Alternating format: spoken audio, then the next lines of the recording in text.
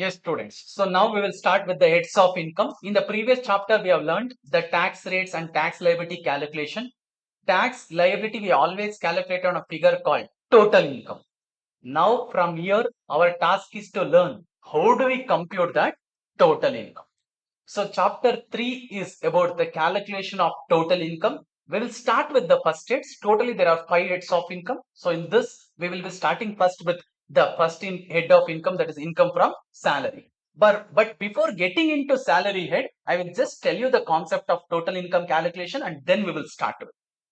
So for the income tax purpose, the income has been classified under 5 heads, guys. As per section 14, section 14 talks about the classification of income under 5 heads. So income has been classified under 5 heads, which are those.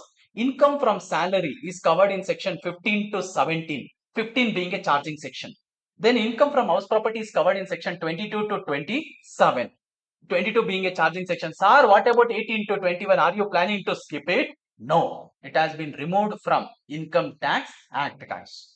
Then profits and gains of a business or profession, section 28 to 44D, 28 being the charging section. Then capital gains is covered in section 45 to 55A, 45 being the charging section. Then income from other sources, section 56 to 59, 56 being the charging section. So in simple, the first section under each head of income is a specific charging section, guys. So in income tax, we have two sets of charging sections. One is general charging section, which is given in section 4 of income tax law. Whereas the other one is first section under each head of income will tell what income is taxable under that head. What income is covered under that head. Sir, any income taxable anywhere, it will be part of total income now. Simply put and calculate. No. You cannot misplace the items. So even for your academic purpose, you have to show the income under the right head, which is very, very important. Sir, then can I interchange this position, sir? No, you cannot. Now, guys, in your exam, sir, will assessee have all 5 heads of income? May not be. Now, assume assessee doesn't have income from house property or he doesn't have capital gain. Skip it. Sir, should I write and mention nil? Not required. Clear? Whichever income he has, only take that. Sir, he has only salary income, no other income. Consider salary income only as total income. Show it, then that will be gross total income. Assume deductions also is 0, straight away that becomes total income. So, I have given the entire format here. Doesn't mean that in every question everything will come. If something is not there for that question or not relevant for that question, skip that. Don't worry. Or should I write and put it as nil? Not required. I don't suggest it. Clear? Again, unnecessarily time waste. So, okay, sir. Then, guys, listen. If there is any income which is exempt under the income tax law as per section 10, clause anything, special exemptions and all is not a part of your syllabus. That is what is given in section 11, 12, 13 and all is not a part of your intermediate syllabus. Okay, where political party or charitable trust and all enjoy some exemptions. Oh, if there is any income which is exempt under income tax law, we have to consider that while calculating the income under that head only. For example, sir, while calculating income from salary, I am eligible for some exemption, HRA exemption. I will claim exemption under section 1013A only. Yes, or any other exemption, gratuity, pension, or anything. Please claim it while calculating the income under that head itself. So, will my income includes exempt income? No. For example, agriculture income from agriculture land is situated in India, used for agriculture purpose. Is it exempt? Yes. If it is taxable, where is it taxable? Other sources. So, show it and claim exemption. Means if you are enjoying any exemption, show and claim exemption. And sir, should it form part of taxable figure? No. So, the final figure, whatever you show here, should not include any exempt part. Should not include any exempt part. Hope you got it. So what I am trying to tell is, if there is any exemption available, please claim it under the respective head only. Then clubbing of income. For someone else income, if I am liable to pay tax, or for someone else income, why sir? My near and dear ones. My near and dear ones. If I am trying to shift my income to someone else in order to escape from tax, the income tax department told, no, you cannot do it. Okay, so if I am liable to pay tax on my spouse income or maybe my minor children's income and all, clubbing will always get attracted under the head income from other sources. Whenever clubbing get attracted, it will always get attracted under the head income from other sources, whatever might be the nature of income. Whatever might be the nature of income. And all this in the respective head, I will cover it in detail. Don't think that, sir, clubbing only this much. No. We have a separate chapter for it. Then set off and carry forward of losses. For this, various provisions are there with respect to intra-rate adjustment, inter-rate adjustment and all. Depending upon the exceptions, restrictions, conditions, everything, I will adjust the loss. Clear? Whether intra-rate or inter-rate, I will take care. I have given this to later. That doesn't mean that, sir, you will adjust only here. No. If it is an intra-rate adjustment and all, I will adjust it then and there only. Even if it is an inter-rate adjustment, I will adjust to the other rates then and there itself. Clear? Yes, exactly. We will understand in the last chapter. Yes, sir. Then we get something called as gross total income. Please be careful before adjusting itself. Don't derive gross total income. Means, sir, do we call this figure as gross total income? No. Everything I would have adjusted. Only then whatever I derive is called gross total income. And from gross total income, the assessee can claim chapter 6A deductions from section 80C to 80U. U itself is a disable. You yourself is a disable. Okay, leave it. Don't do it. Now, again, don't take personally. Now, sir, most of these deductions are blocked for default scheme assessing. Default scheme assessing. Now, what is allowed, what is not allowed for a default scheme assessing, I will cover it along with heads of income. First, entire head I will cover. At the end of the head, I will tell, okay, what is not allowed for the assessee who is following the default scheme, so that it would be easy for you to remember. Okay, so fine, guys. So this is all about total income calculation. Now, will this figure be readily given in the question? If the question is only on tax liability calculation, yes, they will give it. Or else, if the question is on total income calculation as well as tax liability, you are the one who has to derive it. Clear? Or else, straight away they may give only on total income calculation, which preferably is your compulsory question. Okay, most of the time, not preferably. You can consider it as a pakka total income question only, but I don't want to use that word. Why? Because assume next attempt something ICA changes. Sometimes they also leave googly. Even teachers will be shocked. Okay, so that is why we cannot give that promise to the students. So based on the past exam trend, what I have seen is the total income question is asked as a compulsory question under descriptive type in direct taxes. So accordingly, prepare for it. Okay, sir. Now, guys, all this figure we have to derive individually. Yes, that is our task now. How do we compute it? So, our first task is to compute this figure. To compute this figure. Yes, sir. Let us start with income from salary is covered in section 15 to 17. And I have given it as a format. Guys, one small disclosure for you. Wherever I would have given any format like this in green color, you can observe this format coloring. This you have to stick to the same format. Here also you can see even in tax calculation and all I have used this. Please make sure that I will just show that also. Okay, here you can see wherever I would have given it. This is a format given in the law. Please follow the same. Sir, can I interchange the position? Can I shift here and there? Please don't do it. Please don't do it, guys. Yes. For salary, what and all will be there, guys? Simple.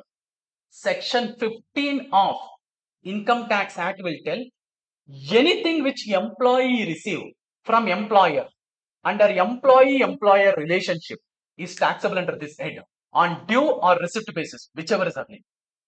On due or receipt basis, whichever is earlier. Sir, I have earned salary but not received, sir. My employer is not paying. It is your headache, not department headache. They are telling pay tax on it. You are the one who choose your employer. Nah? Did I help you to choose your employer? No. You selected him. You would have been cautious when you are selecting it. So now you are selected, you suffer. You pay the tax on whatever income you have earned. Now in the future, assume after 2 years, my employer paid me salary for full 2 years. Again, should I pay tax on receipt basis? No.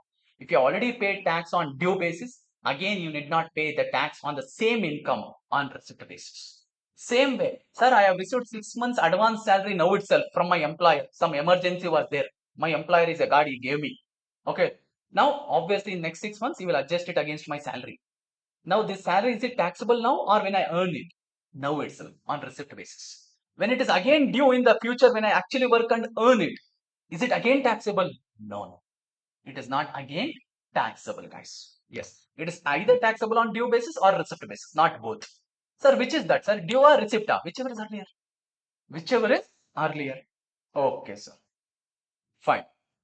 Now, what all employee might receive from employer? Everything is taxable under this head. Everything. Everything means everything. It might be in money, it might be in kind, whatever it is. Okay. What and all it will include? Normal names I have given. Some fancy thing and all employer might give. Everything I have not mentioned here. But whatever is common. basic pay, DA, bonus, commission, city compensatory allowance, medical allowance. Guys, this is always fully taxable. Fully taxable. No if, no but. Sir, what is dearness allowance? It is given by employer to employee to meet increased cost of inflation.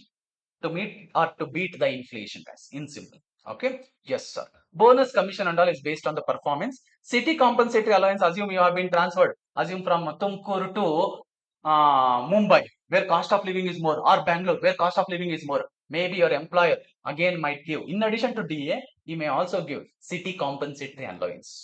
City compensatory allowance. That is what happens. You know now, when employers have been transferred from tier 2, tier 1, tier 3 cities to tier 1 or metro cities, where cost, sir, rent cost is full burning, sir, there. Okay, even cost of living is full burning there, sir.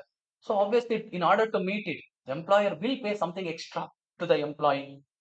Okay, and he might be staying away from the family also. You have to compensate that also. But ಹಂಗಂತ ಬೇರೆ ಎಲ್ಲ arrangement ಮಾಡಲ್ಲ, may be extra amount will be given. Chalo, medical allowance. Medical allowance is different. Medical facility is different, guys. See, medical allowance is fully taxed. So, city compensatory allowance is fully taxable. Next, if there is any other allowance or perquisite, we have to see how much is taxable. How much is taxable, guys? First, it is important for us to understand what is allowance, what is perquisite. What is the difference between them? Allowance means, assume I am the employer, you are my employees. Ready na? Okay na?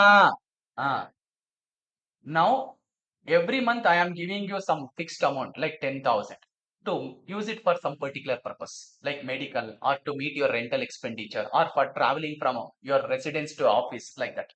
What is this called? Allowance. Every month or every year, a fixed amount is given by employer to employee to use it for a specific purpose.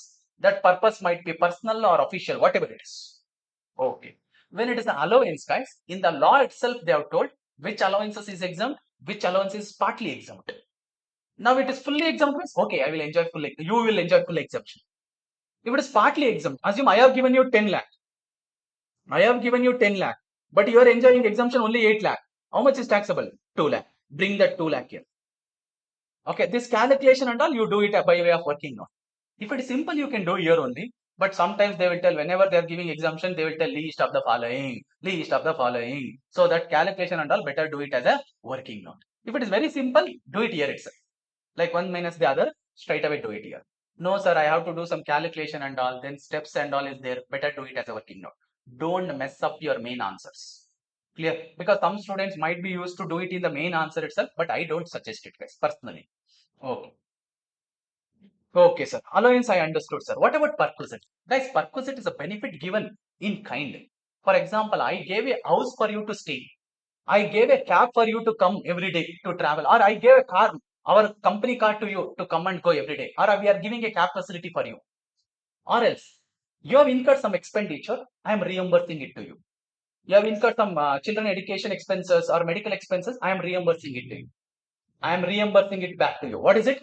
Perquisite for you.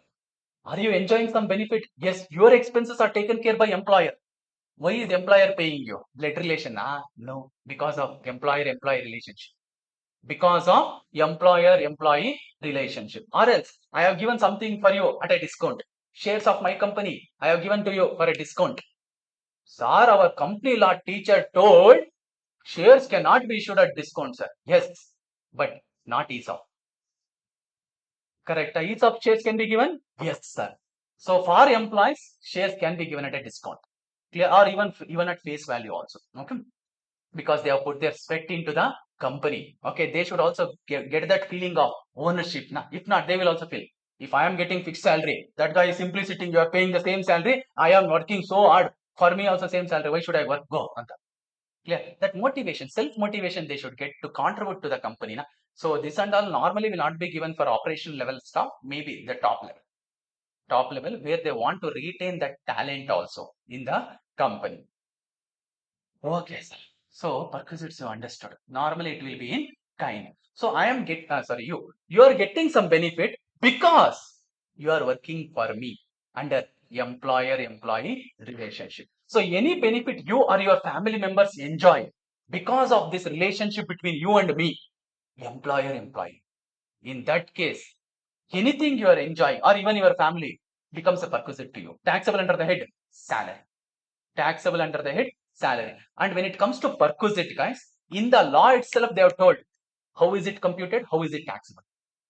So we need to find out what is the benefit which employee is enjoying. Go and respective perquisite calculation, see how much is taxable. They have given how much it's taxable straight away. They have not given how much is exempt and all for perquisite. They have given what? How much is taxable. Depending upon what benefit you are enjoying from me, they will decide how much is taxable. But for allowance, it's not like that. For allowance, they have told how much is exempt. So received minus exempt, remaining becomes tax. Whereas perquisite, straight away they're told what is tax. What is taxable? So bring it here. Okay, so next, once I add up all this, we get something called as gross salary. Gross salary. And from that, there are 3 deductions available under section 16, guys. That is, section 16 1A gives standard deduction. For the employee who is following optional regime, standard deduction is 50,000. Even if question is silent, you should always apply it. How much is that standard deduction for optional for the employee who is following optional regime? 50,000. And for the employee who is following default regime, amendment, 75,000. 75,000. Previously it was 50-50, but now it is 50-75. 50-75. Anyway, this provision will come later also. I am just discussing format now, not the entire head. We will discuss one by one later. Entertainment allowance, if at all. Sir, employer has given entertainment allowance. You are not only working for employer, you are also giving some entertainment. For whom? Employer every day. So he is giving you entertainment allowance also. Clear? So in that case, entertainment allowance deduction can be claimed only for government employees. Only for government employee. Sir, is it taxable? Yes, taxable for everyone. But deduction is available. Deduction is available only for government employees. Then profession tax paid to state government. This is a tax outside income tax. Profession tax is not a part of income tax. This is a tax which you pay to provide. The state government has provided me the profession employment opportunity in the state. No, so for that I have to contribute. No, sir, my parents made me to study. They paid the fees. I studied. I passed the exam. I attended the interview. I got the job. What did state government did here? Nothing. But they are like, we provided you the employment opportunity in the state. So you have to pay me every month 200. Okay, in state to state it will vary. But you don't worry about in which state, how much and all. Whatever is given in the question, allow it. Okay, if it is paid by employer and all different stories there, I will take care of it later. I will take care of it later, guys. Yes. So final figure will come as taxable salary, or we call it as income from salary. Guys, this figure will come in this calculation. Clear? One important thing to note here. Please observe. See, sometimes in the question, when the question is on total income calculation, you may not calculate each and everything in salary. They would have given income from salary computed or taxable salary. Straight away take it. Straight away take it. Will you take it? Yes. Now, they have given, because he's receiving a salary per month, 1 lakh. That's all. Nothing else is given. Nothing else is given. Take care of standard deduction. Okay, 1 lakh into 12 minus, if I am following optional regime, 50. If I am following default regime, minus 75. Did question specify that? No, but you have to take care. Because you have to take care. Because this is available for every salaried employee. Every salaried employee. I hope you got it. In the question, if they have already given the final figure, income from salary computed or taxable salary, don't do anything. Straight away take that figure. Nothing else. If they are given salary per month or something else where still computation has not been done. Sir, nothing else is given, sir. Basic pay only. They are not given basic pay day, nothing. Only salary per month. Please take that straight away as gross salary and give standard deduction. Give standard deduction. So about standard deduction, question might be silent, but still you will take care. Still you will take care. And especially I feel under a default regime they may test you. Because now it is 75. Section 16 covers 3 deductions which we saw, and section 17 has 3 definitions, guys. 17.1 defines salary, 17.2 defines perquisite, 17.3 defines profit in lieu of salary or in addition to salary. Okay. What is the basic criteria for an income to be taxable under this head, guys? Employer-employee relationship. Section 15, anyway, I already discussed it. So anything which employee receives from employer under employer-employee relationship is taxable on due or receipt basis, whichever is earlier. Then there is something called as foregoing of salary versus surrender of salary. What is that, sir? Foregoing of salary means it will not protect the person from paying tax, guys. It is just an application of income. Now, assume I am paying you every month 1 lakh salary. You told, sir, you are very generous. You told, sir, 1 month salary of mine, you only keep it, sir. Contribute it to the society, sir. Not to my family, to the society. Or else you told, sir, use it for some good purpose, sir. Assume I have under my company, there is a separate wing called charitable. Okay, or some foundation is there. You told, sir, use it for that purpose. Or else assume you are working in Infosys company. You told, Madam, Sudhamurthy Madam, you take care of this 1 lakh for Infosys Foundation. Now, what is your salary income? Is it 11 lakh or 12 lakh? 12 lakh. Minus standard deduction. Clear? Now, if you are telling, sir, now you are contributed, now you can claim deduction under section 80, G for giver. There you can claim the deduction, but your salary income would be 12 minus standard deduction. Hope you guys got it. Now, you are an employee of central government. Central government told, Ayo, we are running short of money. Okay, 1 month's salary you forgo. Okay, they cannot do that. If not, people will go for a strike. 1 month salary you forgone. Now, assume you agreed, you will not agree and all. They will only straight away make it mandatory. Okay, assume you guys have agreed and you have forgone. What is your salary now? 11 lakh minus standard deduction. 11 lakh minus standard deduction. Actually, this happened during COVID. 1 day's salary, they asked the government employees to forego. 1 day or 2 days is what I remember. Clear? So, they had to forego.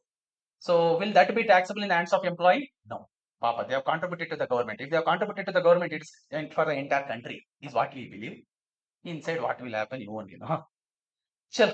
Allowances. First, coming to the allowances. Guys, allowances I have divided into 3 sets. 3 sets. What are those? Fully taxable allowances, fully exempt allowances, partly taxed. Means exemption is given in the law, but not fully. They have told list of the following. That is, only this much is exempt, that much is exempt. Now, sir, should I remember all 3 lists? No. What you remember is fully exempt allowance, partly exempt or partly taxable, you remember. Rest all is fully taxable. Rest all is fully taxable. Okay, let me go with that. Reverse operation will apply. Fully exempt allowances means what, sir? Allowances paid to High Court or Supreme Court judges. Allowances paid by UNO, that is United Nations Organization, to its employees. Then allowances provided to central government employees being citizen outside India. 10-7, when I was covering 9, I test this. Did I? Yes. Salary paid by central government for Indian citizen rendering service outside India. Is it an income deemed to occur in India? Yes. I told all allowances and perquisite given to them is exempt under section 10 clause 7. That is what we are seeing. Sir, here you have mentioned only allowance. We are covering allowance as of now. Is perquisites also exempt for them? Yes. Sir, which allowance? Any allowance. Any for them. Any allowance. They have not named it here. That means any allowance given for them is exempt, guys. Okay, sir. Next, we will see partly taxable or partly exempt. One and the same. Partly taxable or partly exempt. Means, guys, in the following case, what you have to do is, you have to check what is received minus what is exempt. This we have to compute. So, if figure is positive, if this figure is positive, then it becomes tax, which we have to take it to our main calculation. Hope you guys are getting it. Are you in line with me? Good. House rent allowance. Exemption is available under section 1013A. First of all, house rent allowance is given for what purpose? I am giving it for you to meet your rental expenses. If you are staying in a rented house and actually paying rent, you can claim exemption. No, sir, I am staying in, you are staying in your own house or you are staying with your parents. You are not paying any rent. Can you claim exemption? No. Whatever HRA I am giving for you, fully taxable. Fully taxable, guys. Now, sir, HRA exemption under section 1013A is available only if employee is staying in a rented house and if he is paying rent. How much is exempt, sir? Least of the following. HRA is exempt to the extent of least of the following, which is actual HRA received, whatever is received, then rent paid minus 10% of salary. Rent paid, whatever rent you are paying, minus 10% of your salary. What is salary here and all? Guys, I will give a note at the end of salary because salary keeps on changing here and there. At the end, I will give when, what is the salary. Clear? If you want me to tell now only, sir, illa sir, urgent tadkolakagala andre, year salary means basic pay plus DA plus commission. For DA and commission, condition charge. DA means farming part of retirement benefit. Clear? Commission means only if it is expressed as a fixed percentage of turnover. Means based on the turnover you achieve, I am giving you commission like 1% or 2%. Sir, I am getting commission 5,000 per month fixed. Should we take it here? No. For exemption calculation, we should not take. But for salary calculation, should we take? Yes. Guys, please be careful. Students will get confused here also. Here D and commission should be taken irrespective of the condition. Irrespective of the condition. So there, while calculating exemptions, DA and commission is condition attached. Only if conditions are met, we will take DA and commission to calculate exemption. Now assume it is not forming part of salary. DA is not forming part of salary, sir. Will we take it here? No. Commission is not expressed as a fixed percentage of turnover. Will we take it here? No, sir. We will not take it. But in our salary calculation, will we take it? Hello, will we take it? Yes, sir. We will take it. Yes, we will take it. Yeah, fine. So you need not worry. All this, whatever salary includes and all, I will cover it at the end of salary 8. I have given a note for it. Okay. Next, amount equal to either 50 or 40% of salary. Should I take both? No, either 50% or 40%. Sir, when 50, when 40?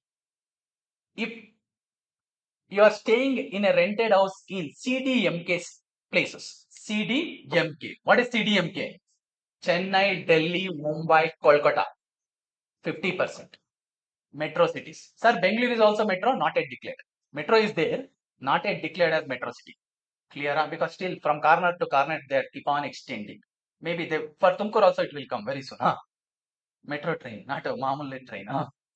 So, because the every day they almost extended till Nagsandra now, I guess till where is there?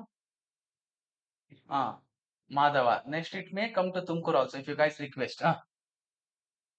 Chalo, every day you can come and go to Bangalore. Chalo. Last point.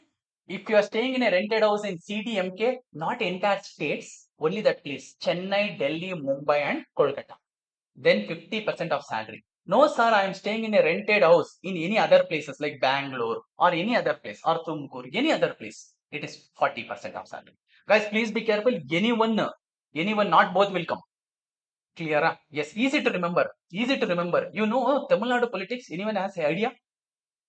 There are two main political parties, AIDMK and DMK. Clear? Amma, Appa, both. Okay.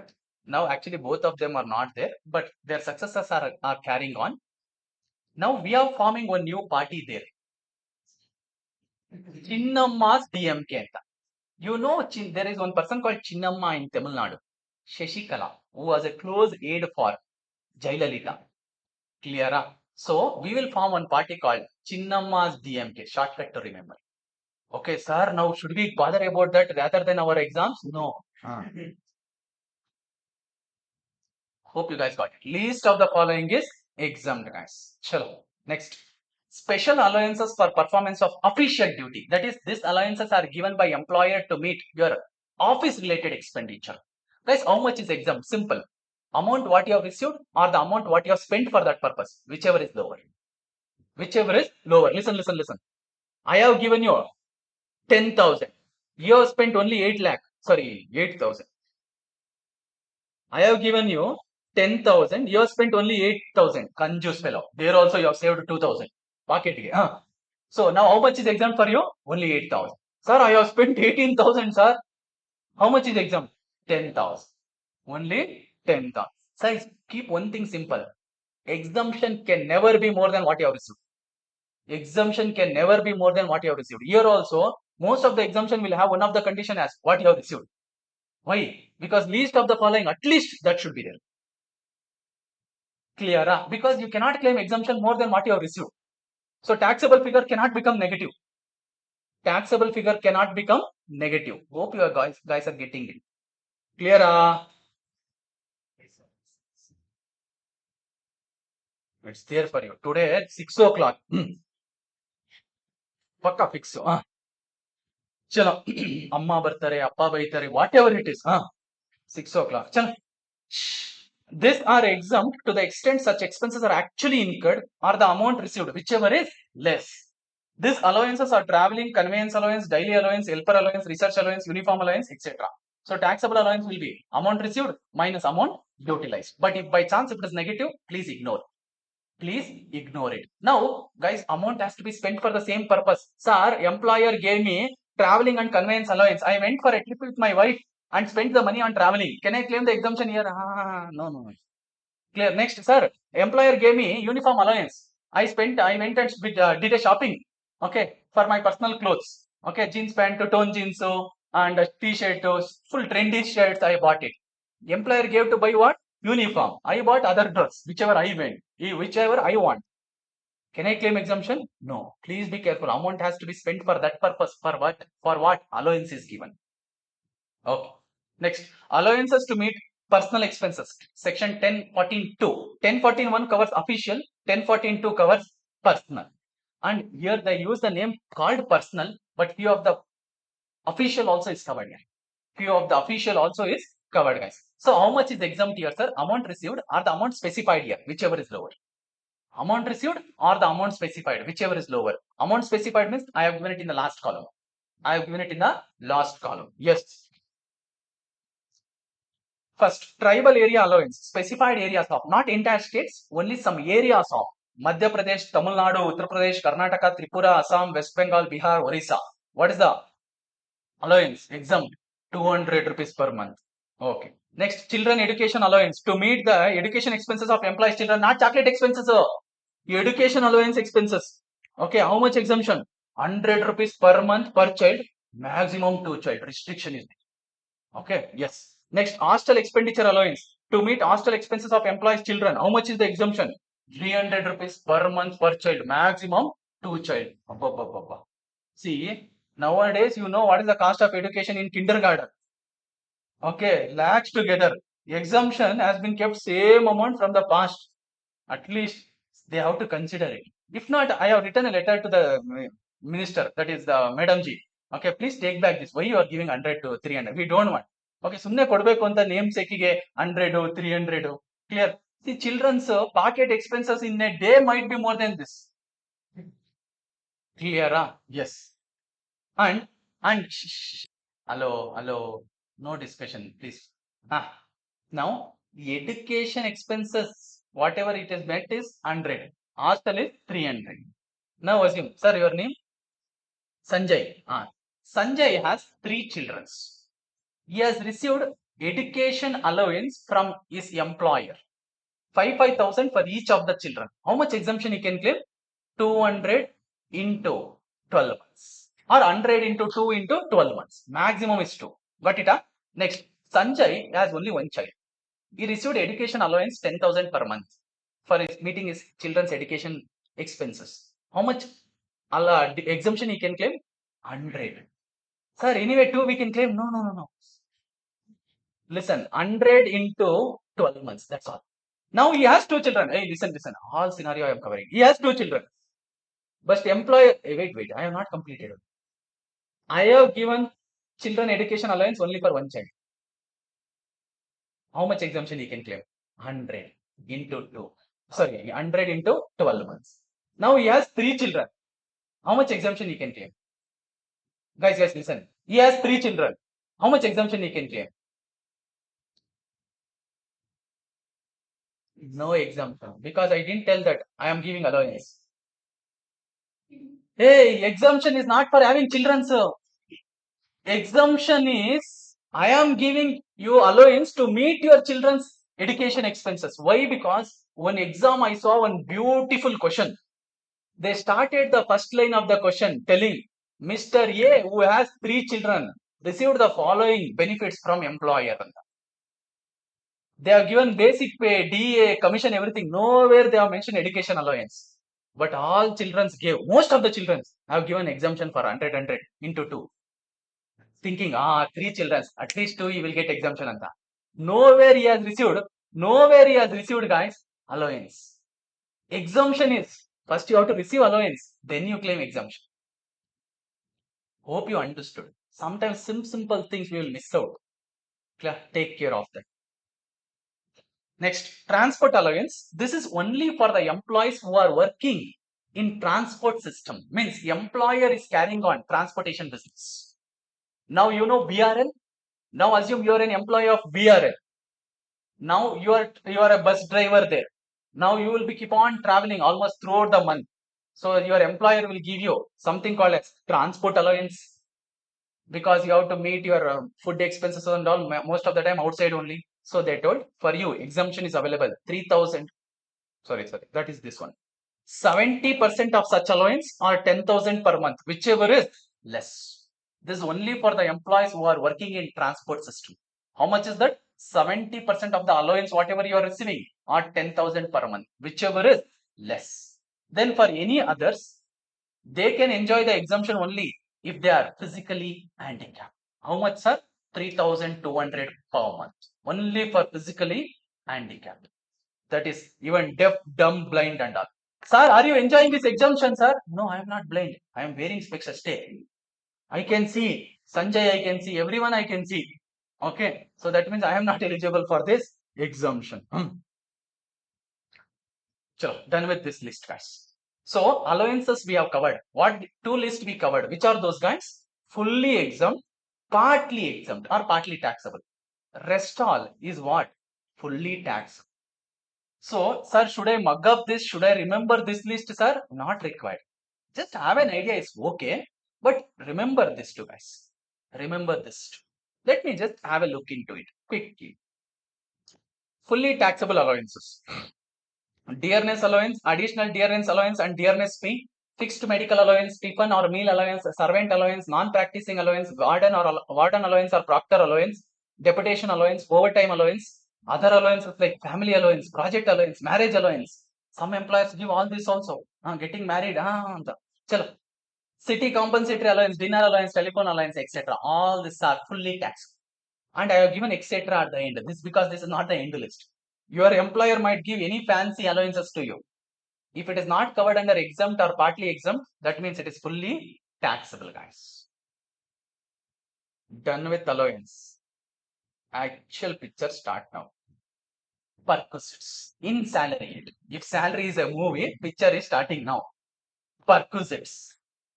Perquisite, what is perquisite? I have already told you. Benefit given in kind or even reimbursement. Even reimbursements are covered here. If any facility benefit that is granted by the employer, the use of which is enjoyed by the employee or any member of his family or household, even if employee's family members are enjoying some benefit given by employer, is it taxable as perquisite in the hands of employee under the head salary? Yes. Okay. Guys, one common dialogue for all the perquisites, let me tell it. See, everywhere they have told what is the value of perquisite. What is the value of perquisite? Listen here. We will calculate the value of perquisite by applying whatever provisions they have told. Assume guys value of perquisite is 10 lakh. It is coming to 10 lakh. Sir, employee is paying 2 lakh for this or employer is recovering 2 lakh for this. So is that also taxable? No, we will remove it. If anything is recovered from employee, we will reduce it. Only the balance will be taxable perquisite. Only the balance will be taxable perquisite. This is common for all the perquisites, guys. Because we will always see what is the net benefit enjoyed by the employee. What is the net benefit enjoyed by employee? He got a benefit worth 10 lakh, but he is paying 2 lakh for it. What is the net benefit he is enjoying? 8 lakh. Only that much would be taxable. Yes. So any perquisite, if anything is recovered from employee, please reduce that much. Only remaining would be taxable, guys. Okay, guys. We'll start with first one, valuation of taxable perquisite, first item. Valuation of taxable perquisite in respect of unfurnished accommodation for government employee, first we will see. If the employee is an employee of a central or state government, then what is taxable, sir? Only license fee. Straight away license fee. Straight away license fee. License fee, if at all, if it is there, they would have given it in the question. Don't worry. And this kind of question and all you can expect in MCQ also. Clear? Yes. And sir, will it be a fixed number? No, it will vary from employee to employee, place to place and all. So it is subjective, not a fixed number. Okay. Sir, what if an employee is a non-government employee? Please pay attention. We have to first check whether the accommodation is owned by employer or hired or leased by him. Hired or leased means employer has taken it on rent and is giving it to employee. We have to see that. Guys, if the accommodation is taken by the employer from someone else and is giving it to the employee, is he paying anything for it? Yes, rent or lease charges he is paying. So, how much is the taxable perquisite in the hands of employee means whatever is the rent he is paying, who? Employer, or 10% of salary, whichever is less. Whichever is less. Here, population or city doesn't matter. Population of city doesn't matter. Yes, sir. Next, if it is owned by employer, will he pay any rent for it? No. Here, what is the value of perquisite depends on where the accommodation is provided. If accommodation is provided in a city where population is up to 15 lakh, up to that is less than or equal to 15 lakh, then how much is taxable, sir? 5% of salary. 5% of salary. Then if the accommodation is provided in a city where population is more than 15 lakh up to 40 lakh, how much is taxable? 7.5% of salary. Then, sir, what if the population is more than 40 lakh? 10% of salary. Guys, even slightly important this provision. Why? Because last year there was a change in this. Half of something like in between the year there was a change and all. But now only new provision. Entire year, new provision. Sir, for entire year should I apply this percentage only? Yes. From when to when? April to March. Last year it was a different story. Little complicated. But this year this complication is not there. Because in capital gains it is anyway there. Na? Chalo. Next. Guys, see, listen. Sir, what if the accommodation is provided only for 8 months, 7 months, 10 months? Then we will also calculate only for that much period. We call it as relevant period. Relevant period means taxability we will calculate only for the period for which accommodation is provided. If nothing is mentioned in the question, we always consider that accommodation is provided for the entire year. If they have given only it is given from August to March and all, then do the calculation only from August to March. Even while taking the percentage of salary and all, salary for calculating this, please calculate only for that period. That is from August to March and take accordingly 5, 7.5 or 10% of the salary. Not only for this, even for HRA. HRA exemption is available only for the period for which you are paying the rent. Assume, sir, employer is giving HRA for entire 12 months, but I stayed in a rented house only for 8 months. That means you can claim the exemption under 1013A only for 8 months. Remaining 4 months fully taxable. Remaining 4 months fully taxable. Okay, sir. Next, this was a clarification given, guys. This is whatever I have given below the table. Yeah. Where the accommodation is provided by central government or state government to an employee who is serving on the deputation with any body or undertaking under the control of such government is to be calculated in accordance of the above table as if the accommodation is owned by employer. Guys, listen. You are an employee of any body or undertaking which is controlled by government. For you, who is providing the accommodation? Government. Now, will you fall in B or A? They're telling you will fall in A. Under this, you have to check. You have to check the value of perquisite under what? This one. So our government provided it, yes, but you are not straight away the government of central government. Sorry, you are not an employee of central government or state government. You are an employee of this body or undertaking. So will you be covered in the B point? No, sir. I will fall in this category. You will fall in this category. Hope you got it. Yes, sir. Next, if any rent is paid or recovered from employee, we will reduce it. As I already told you, anything recovered from employee, we will reduce it. Guys, this is only for building.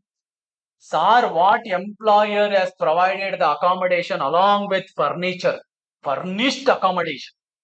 This calculation will remain same. This calculation will remain same. For this, we have to add something extra. For this, we have to add something extra. What is that extra, sir? For furniture part. Valuation of perquisite in respect of furnished accommodation. Furnished accommodation not being in water, not in water. Then find out the value of perquisite on an assumption that accommodation is unfurnished. Means this calculation you do first. Both, whether it's a government or non-government employee, do it. Okay. Then for that, we have to add. If the furniture is purchased by the employer and given it to you, what is the capitalized cost of employer? Take 10% of it. Take 10% of it per annum, not per month.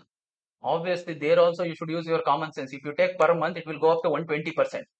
You cannot claim more than what is employer's cost. Clear? So 10% is per annum. Similar to depreciation concept.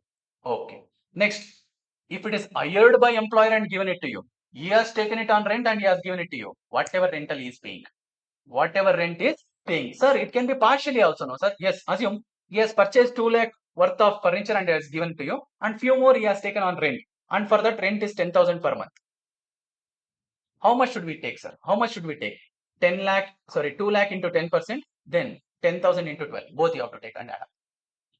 Add up. Add up to what? Whatever value you would have got here, guys. Yes, sir.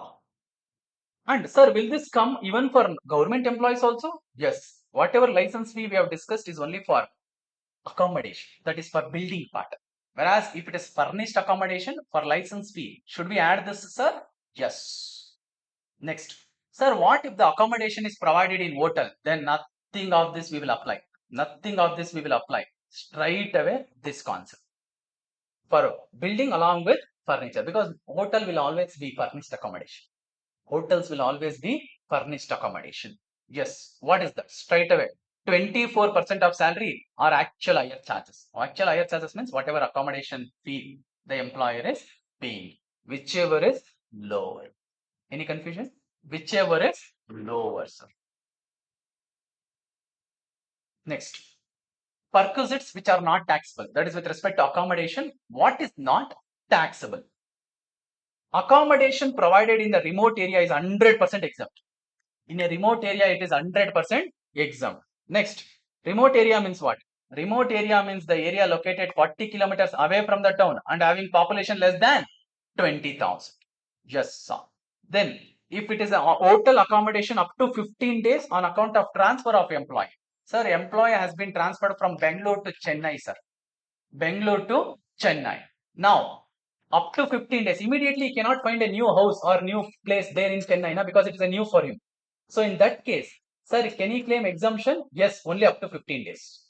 Only up to 15 days. Sir, what if it is more than 15 days? Assume accommodation is provided for 20 days. 5 days it is taxable.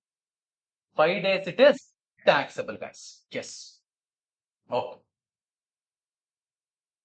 If an employee is provided with accommodation on account of his transfer from one place to another at a new place of posting while retaining the accommodation at a place at the other place, the value of perquisite shall be determined with reference to only one such accommodation which has the lower perquisite value as calculated above for a period not exceeding 90 days, and thereafter the value of perquisite shall be for both the accommodation.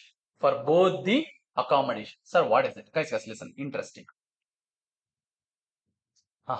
See, I was working in Bangalore. My employer had given me the accommodation here in Bangalore. Okay. He has given me the accommodation. Okay. Let me draw it. In school and all, this is one common drawing which you would have always done. Na? On the ಬಾಕ್ಲು ಎರಡು ಕಿಟಕಿ ಪಕ್ಕ ಮೇಲೆ ಒಂದೆರಡು ಕಾಗೆ ಕೆಳಗಡೆ ಸ್ವಲ್ಪ gross ಪಕ್ಕದಲ್ಲಿ ಒಂದು ತೆಂಗಿನ ಮರ. Correct. Now, this is one common diagram which we used to draw. Whenever there is any drawing competitions are common. If you are exceptionally good in drawing, then you would have done something better also. ಇಲ್ಲ ನನ್ನ category ಅವರೆಲ್ಲ ಇದೇ ಇದಕ್ಕೆ ಬಿಡಿ. ಚಲೋ. So, sir, one accommodation is provided in Bangalore. Assume now I have been transferred to Hyderabad, part of Telangana. TS. This was KA. Okay, sir. Now, sir, one more accommodation is provided here also, sir. See, normally when new accommodation is provided, they will take off this. Clear? But our employer is a guard papa. Now my family members are staying here. They will continue to stay. He is taking care of that. Plus, I will go alone and stay here. My employer is providing both the accommodation in Bangalore as well as Hyderabad. They are telling for the first 90 days, only one house will be taxed. Only one house. You decide which one.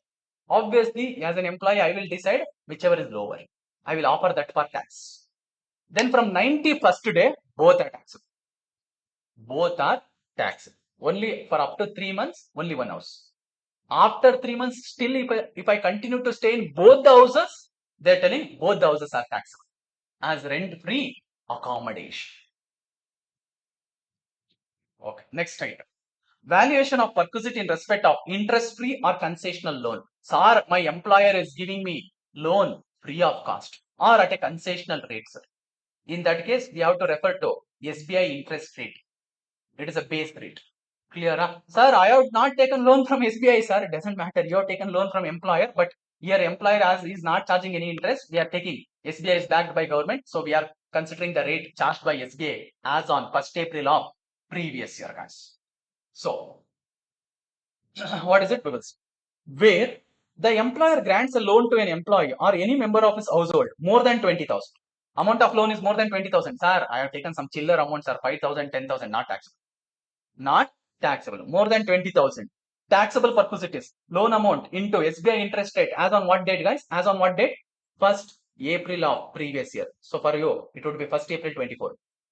Minus actual interest rate charged by the employer, if at all if he is charged. If at all if he has charged. Let me give an example. Listen this.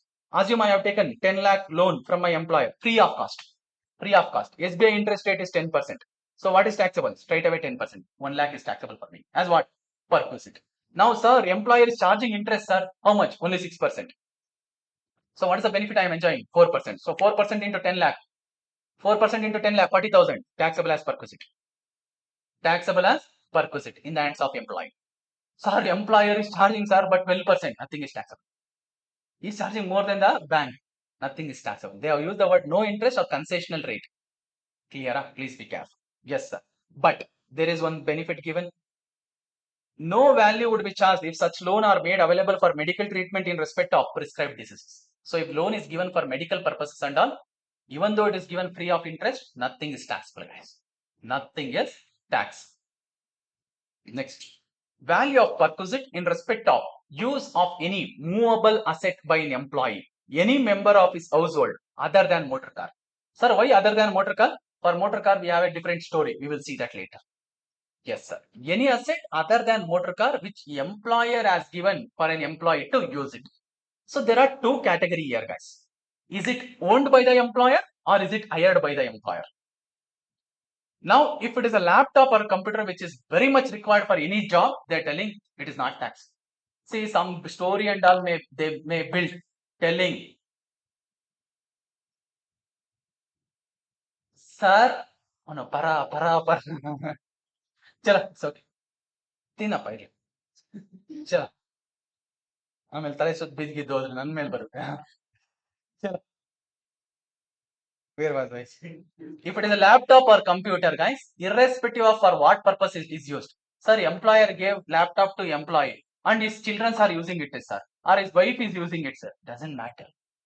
Doesn't matter. Or he is also using it for personal purpose, sir. Chit chat on Instagram or somewhere else, sir. No problem. Laptop or computer is fully exempt. Okay, sir. Next, any other asset. Guys, any other asset here covers what all? What all? Other than laptop, computer and motor car. Even motor car is not covered here. Okay. Check. Is it owned by the employer? If yes, take the 10% of cost of the asset. If anything is recovered, reduce it. Balance is tax. Then if it is hired, whatever is the higher charges which employer is paying, take it, reduce amount recovered, balance is tax. Balance is taxable, guys. Okay, so next. Value of perquisite in respect of movable assets sold by employer to his employee. Sold, previously used. I have violated in capital letters. Observe the difference because after studying both, sir, same thing. Why you have given in two different table, anta? Clear? Previously was used. Secondly is sold. Guys, to be sold, should the asset be owned by the employer or hired by the employer? Owned. Hired is ruled out. Correct? I cannot sell something which I don't own. Clear? Yes, sir. So here no question of higher charges and all. Simple. Here, simple concept you follow, guys. Listen. Sir, employer had purchased this asset, only then he can sell. Hello? Employer has purchased this asset, only then he can sell. Assume the cost was 10 lakh. He used it for 2 years. For 2 years, reduce depreciation. Because he has used it, na? Reduce depreciation for 2 years. Assume it is coming to 2 lakh. I'm just randomly taking it. What is the remaining value? 8 lakh. We call it as WDV, yeah? Yes, sir. Then, he has sold, assume for only 3 lakh. So, what is the loss for an employer? 5 lakh. That becomes perquisite to an employee. That becomes perquisite to an employee. Correct? Now this is how you calculate profit or loss on sale. So actually you are doing calculation from employer point of view. What is loss to an employee will become perquisite to an employee. What is loss to an employer will become a perquisite to employee. Is that clear? Yes. So this becomes taxable perquisite. Sir, what if the sale value is 13 lakh? Employer will earn profit. Is that taxable as perquisite in the hands of employee? No, no. For employer, maybe capital gains might be attracted. Or else if this is an asset which he is using for business, asset will go out of the block while calculating the depreciation. Correct? Now, so here we are not discussing from employer point of view what is taxable for him, what is not taxable for him.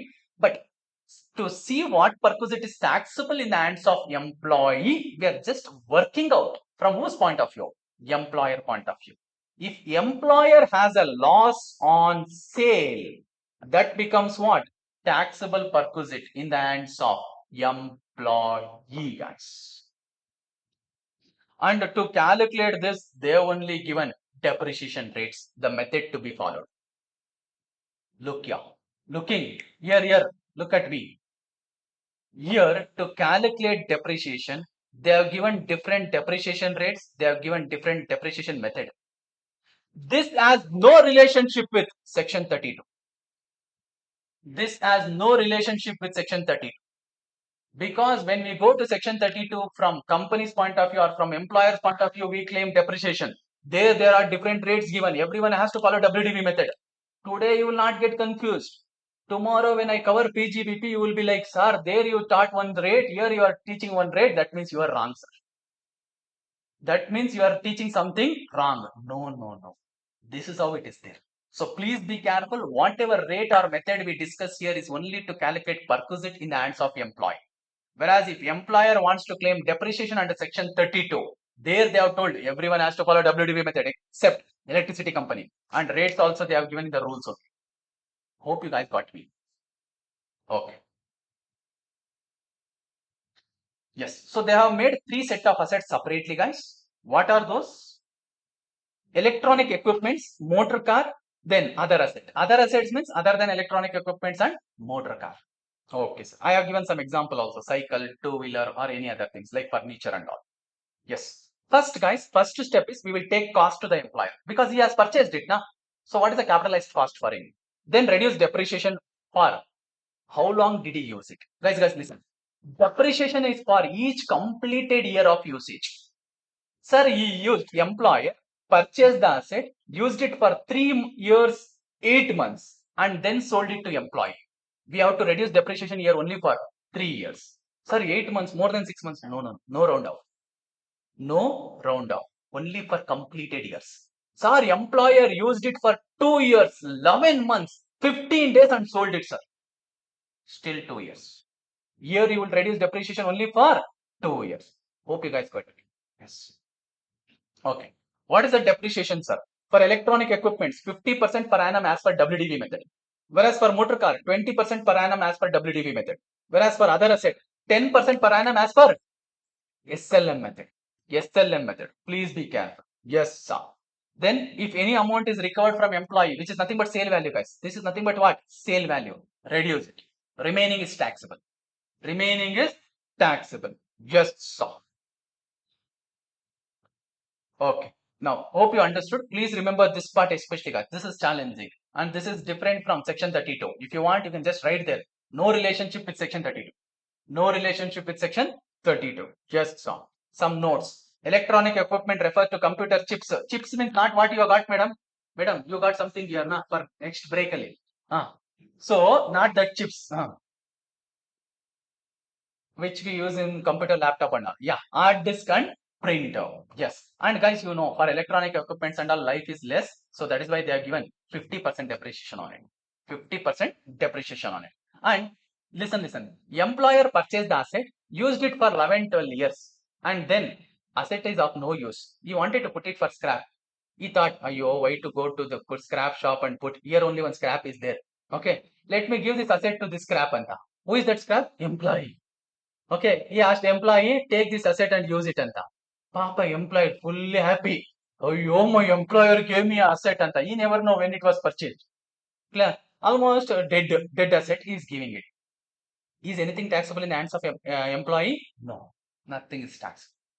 Clear? If the asset is old for more than 1 year, more than 10 years, nothing is taxable as perquisite, guys.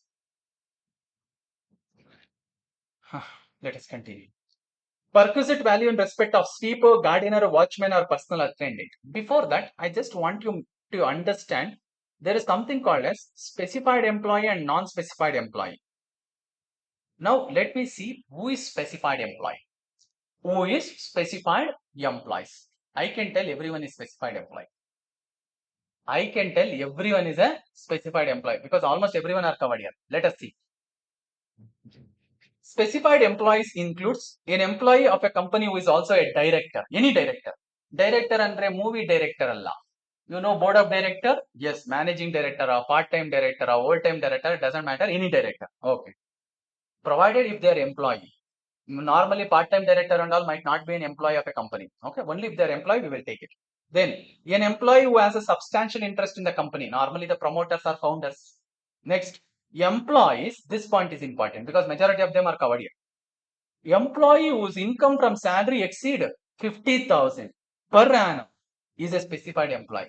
Which employee will get a salary less than 50,000? Even in your articleship, you will earn more than this. Even in your articleship, stipend, you will earn more than this. Clear? So that is why I told you, everyone are covered in specified employee definition. But in the exam, for academic purpose, if they give any question for a non-specified employee, please accordingly answer. Accordingly answer, guys. Okay, coming back. Coming back. Okay.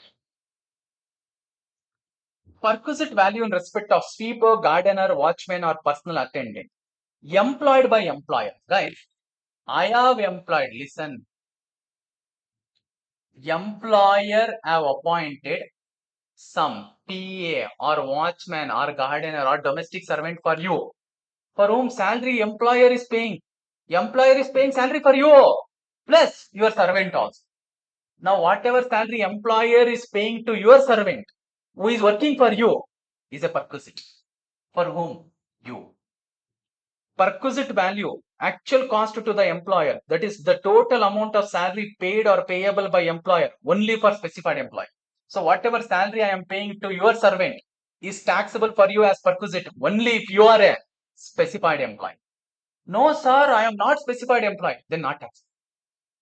Your salary is taxable. I am talking about the salary what I am paying you to your servant is not taxable if you are a not a specified employee. Next, employed by employee means you have appointed your own servant for whom I am paying salary. Whatever salary I am paying to your servant is taxable for you as perquisite, no matter which employee you are, specified or non-specified, doesn't matter here. Actual cost to the employer, that is how much ever salary I am paying totally for a year. Total amount of salary paid or payable by the employer, that is in case of all employees. Okay. Next, perquisite value in respect of gas, electric energy, or water supply for household consumption. Now, first we have to see whatever facility has been provided by employer to employee. Now, sir, is it provided by employer own source or is he purchased? Own source or purchased? If he has purchased it, means my electricity bill or your electricity bill I am paying. I am the employer, you are the employee. You have agreed for it, no? Now, I am paying your electricity bill, gas bill, in that or water bill. Whatever I am paying is a perquisite for you. Whatever I am paying is a perquisite for you. Next, I myself is generating water or electricity. As I am an electricity company. I am giving free connection for you. Enjoy free connection. Now, how much you have consumed, you first check. Sir, I have consumed 1,000 units of electricity, sir. 1,000 units of electricity, sir. 1,000 units of electricity. To generate each and every unit, for me, the cost is 5 rupees. I'm just randomly taking it. I'm just randomly taking it 5 rupees. So what is a perquisite for you? 5,000. What is a perquisite to you? 5,000, guys. 5,000. Is that clear? Yes. Now assume you are working in BWSSB, who supplies water in Bangalore jurisdiction. Now your employer is giving free water for you. Enjoy, drink how much ever you want, use how much ever you want. Daily three times bath you are taking. Okay, three times or 5 times you take. Okay, sir. Now he is not charging anything for me. No problem. If same resource, if he is obviously he is generating it and giving it. Now what is the cost to him? Assume 2000. That is your purpose. That is your perquisite, guys. If anything is recovered, we will reduce it. Next, value of perquisite. Value of perquisite in respect of free education or concessional education. Guys, education allowance is different, education facility is different. If allowance is given for you to meet your children education expenses, 100 rupees exempt. Enjoy for maximum 2 children. This is what is covered here is your children are studying in my school, owned by me or managed by me. Is it taxable? First of all, is it allowance? No, perquisite. Or else your children are studying in some school for which you have paid the fees. I have reimbursed. Or else straight away I have paid the fees. Where is it covered? In perquisite. In perquisite. Even accommodation also is like that only. HRA is different. Rent-free accommodation is different. Clear? Yes. Now, training expenses of employee is not a perquisite, which is required to employee to perform better. Any training or upskilling and all, if employer is burning any cost for it, it is not taxable. Then fixed education allowance is always taxable under 1014(2). Exemption is only 100 rupees per child per month, maximum 2 children. Then actual, what is taxable, sir? Actual amount of school fees paid or reimbursed by the employer for the children of employee is chargeable to tax as perquisites in the hands of employee. Whatever amount which employer is paying is taxable. But is it taxable always, sir? No. Wherever I have given perquisite something highlighted in green color, that is exemption part, guys. Wherever I would have given in red color means that is taxable part. Okay, that is the color which will differentiate you to understand. Oh. Next, however, reimbursement of tuition fee can be claimed as deduction under section 80C. Now, employer has reimbursed the tuition fee of the employee's children. It is taxable as perquisite. But employee can go and claim deduction under section 80C, provided he is following optional scheme. Provided he is following optional scheme. Okay, so next.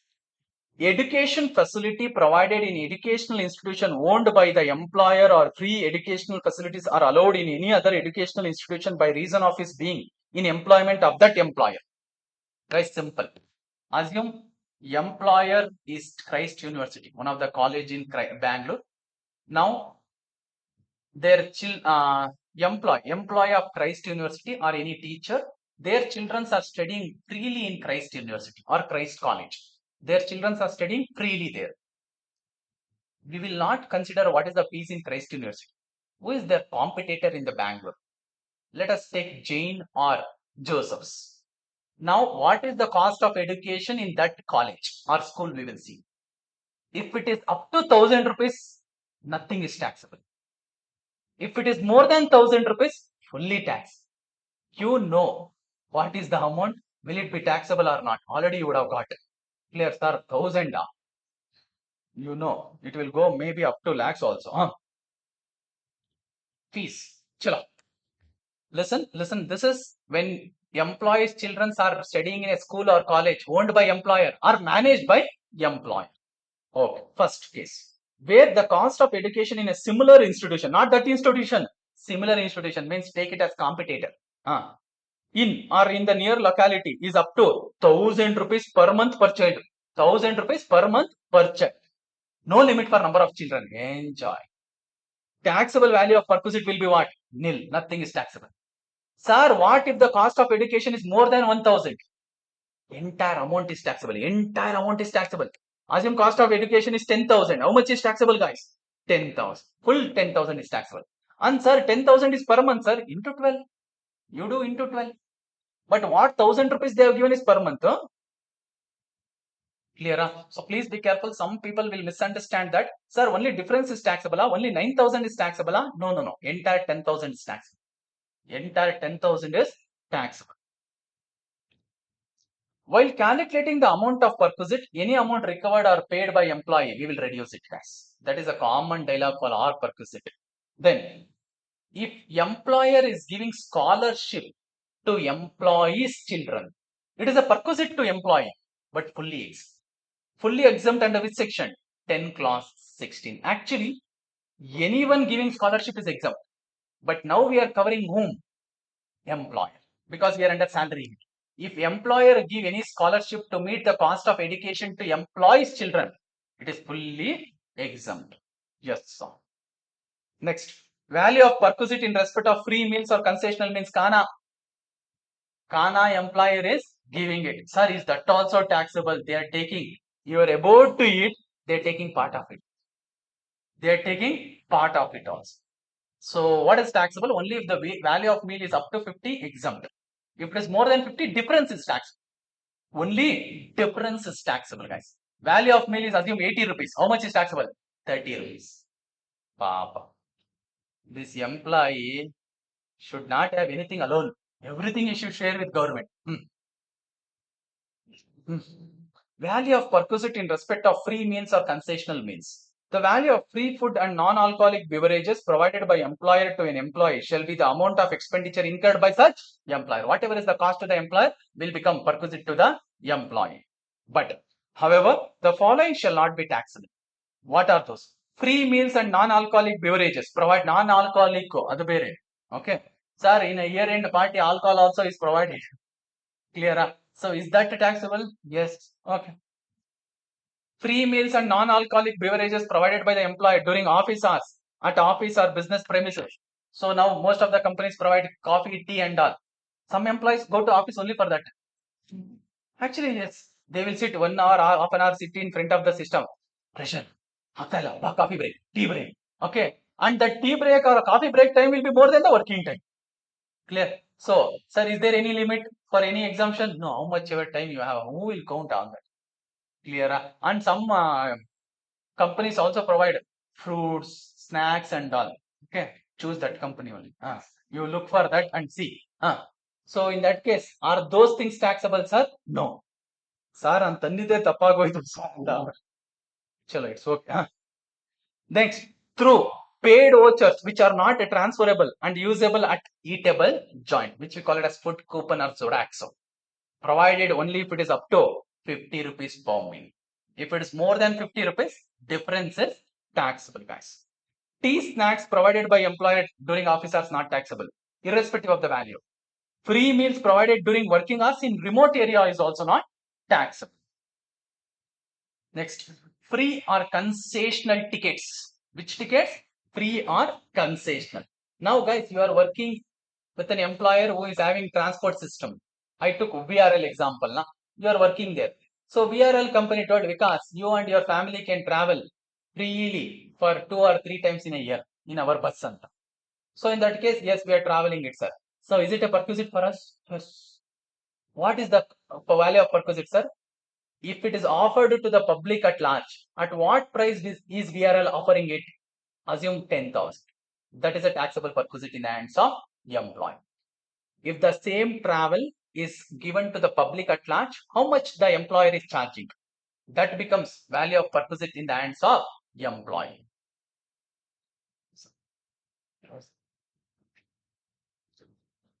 The value of any benefit or amenity provided by the employee who is engaged in the carriage of passenger or goods. Clear? They are engaged in the business of what? Not selling, carrying passenger or goods. Goods transportation or passenger transportation. To an employee or to any member of his household for personal or private journey, free of cost or at a concessional fare. In any conveyance owned, leased or made available by any other arrangement by such employer for the purpose of transport of passenger or goods. What is the taxable value of perquisite? Value at which such benefit or amenity is offered by such employer to the public. Means for others how much they are charging. Minus if anything is recovered. Assume he is offering it at 1000 rupees. For employee is charging only 200. How much is taxable? 800. 800 would be taxable, guys. Okay. Let me give one more example. Assume, guys, you are an employee of KSRTC or BMTC, local transport in Bangalore. Now your employer told you can travel freely in our bus. You are anyway our person. You can travel freely. Along with you, your family members also can travel freely. Is it a perquisite for you? Yes. So for others, whatever is the amount charged, that becomes a perquisite for you guys. However, there would be no such perquisite to the employees of airline and railways. So airlines, assume Air India, they are giving from free travel to the air hostess or maybe pilot. Okay, they travel along with the flight, that is during work time. They are not talking about that. Sir, they have given one free trip once in a year for this employee. Okay, so travel cost is free for them in the flight owned by them, by the airlines or even Indian Railways. Actually, Indian Railways provides this. If you are an Indian Railways employee or even if you are retired from there, they give free travel benefit or concessional travel benefit for you and your family members lifetime. One of the advantage of being an employee in Indian Railways. Is that taxable, sir? No, nothing is taxable. Nothing is taxable, guys. Next, value of perquisite in respect of gift. Guys, gift given by whom, you have to check first. We are now covering given by whom? Employer. Listen, listen. Last but one, I can see talking. Please be attentive. Yeah. If gift is given by employer, check is it in cash or in kind. If it is in cash, means money. He has given you a best month employer for a month or for a year. Take 10,000. Is it taxable? Yes. Whatever is the amount, fully taxable. 500 to 1,000 to 10,000 to 5,000, whatever is the amount, fully taxable. Next, he is given in kind. Employer told, hey, you have performed well, take this watch, enjoy and what is the value of the watch? Assume less than 5,000. Nothing is taxable. Nothing is taxed. More than 5,000, full amount is taxed. Assume the value of the watch is 8,000. Full amount is taxable, huh? Yes. So if the gift is in kind, if the value of the gift is less than 5,000, nothing is taxable. 5,000 or more, fully taxable. Entire 8,000 will be taxable. Okay. This is the gift given by whom? Gift given by whom? Employee. If it is given by others, we have to check section 56 to 10 under the head income from other sources. Now listen, please listen. Employer gifted 60,000 to employee on the occasion of marriage. Taxable or exempt? Taxable. Taxable. Because here there is no exceptions. There is no exceptions. Exceptions will come here only. Sir, gift given by employer is already covered from section 15 to 17. Will we go and check section 56? No. What is not covered in 15 to 17 only will come in 56. Hope you guys are getting it. So if employer has gifted to employee on the occasion of marriage, then also it is still tax. Then also it is taxable. Assume the value of gift is only 20,000. Is it taxable? Yes, more than 5,000 taxable. So for gift given by employer on any occasion, will you apply 56 to 10 or salary rate? Salary rate. Perquisite. You have to apply. Actually, section 17.2 talks about perquisite. You have to apply that. Hope you understood. Learn the way it has to be learned. If this kind of things are given, I know you will apply 56 to 10. Majority of the students will apply until exam done. Clear? The key is that. Please be careful. If it is already covered in salary, same thing will not be covered there. Clear? Yes. Chalo. This I will cover it in income from other sources. Next.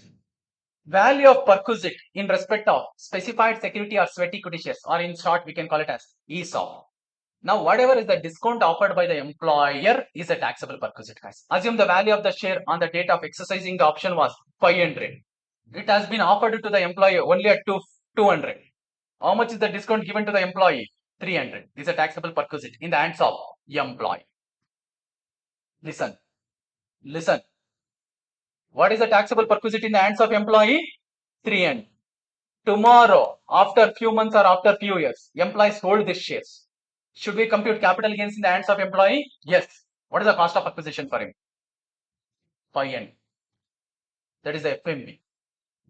Sir, he paid only 200, no sir? Yes. But 300 was taxed in his hands under the head salary when share was given to him.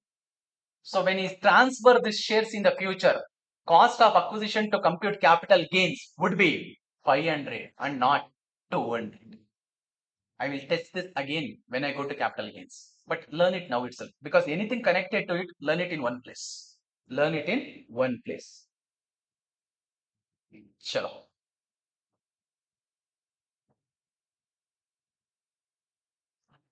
Value of perquisite, FMV of the shares issued on the date of exercising the option. On the date of exercising the option. See, FMV, they may give it on different dates and all to confuse you. On the date of offer, oh, that too, this so and all. You have to take on what day? Date of exercising the option. Minus amount paid by an employee to acquire the shares. That is purchase price. So in simple, guys, only discount is taxable. Only discount is taxable. As I already mentioned, sir, company cannot issue shares at discount, sir. Our law teacher taught me. Yes, you are right. They cannot offer the shares to public at discount. But can they offer it to an employees? Yes. Now, what is FMV, sir? If shares are listed on a recognized stock exchange, then average of opening and closing price on what date? On the date of exercising the option. Sir, what if my shares are listed in more than one recognized stock exchange? NSE also, BSE also. First check where the volume is more.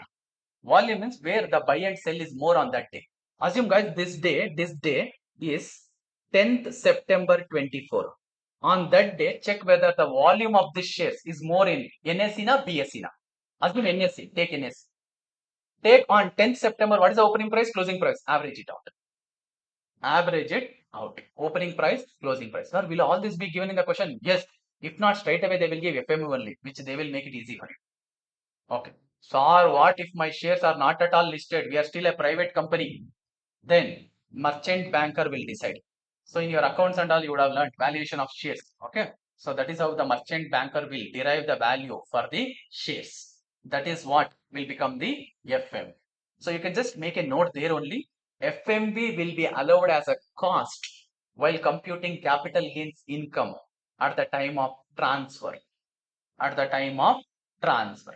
That is, whatever is FMBO will be allowed as, guys, cost of acquisition. This only to compute capital gains income.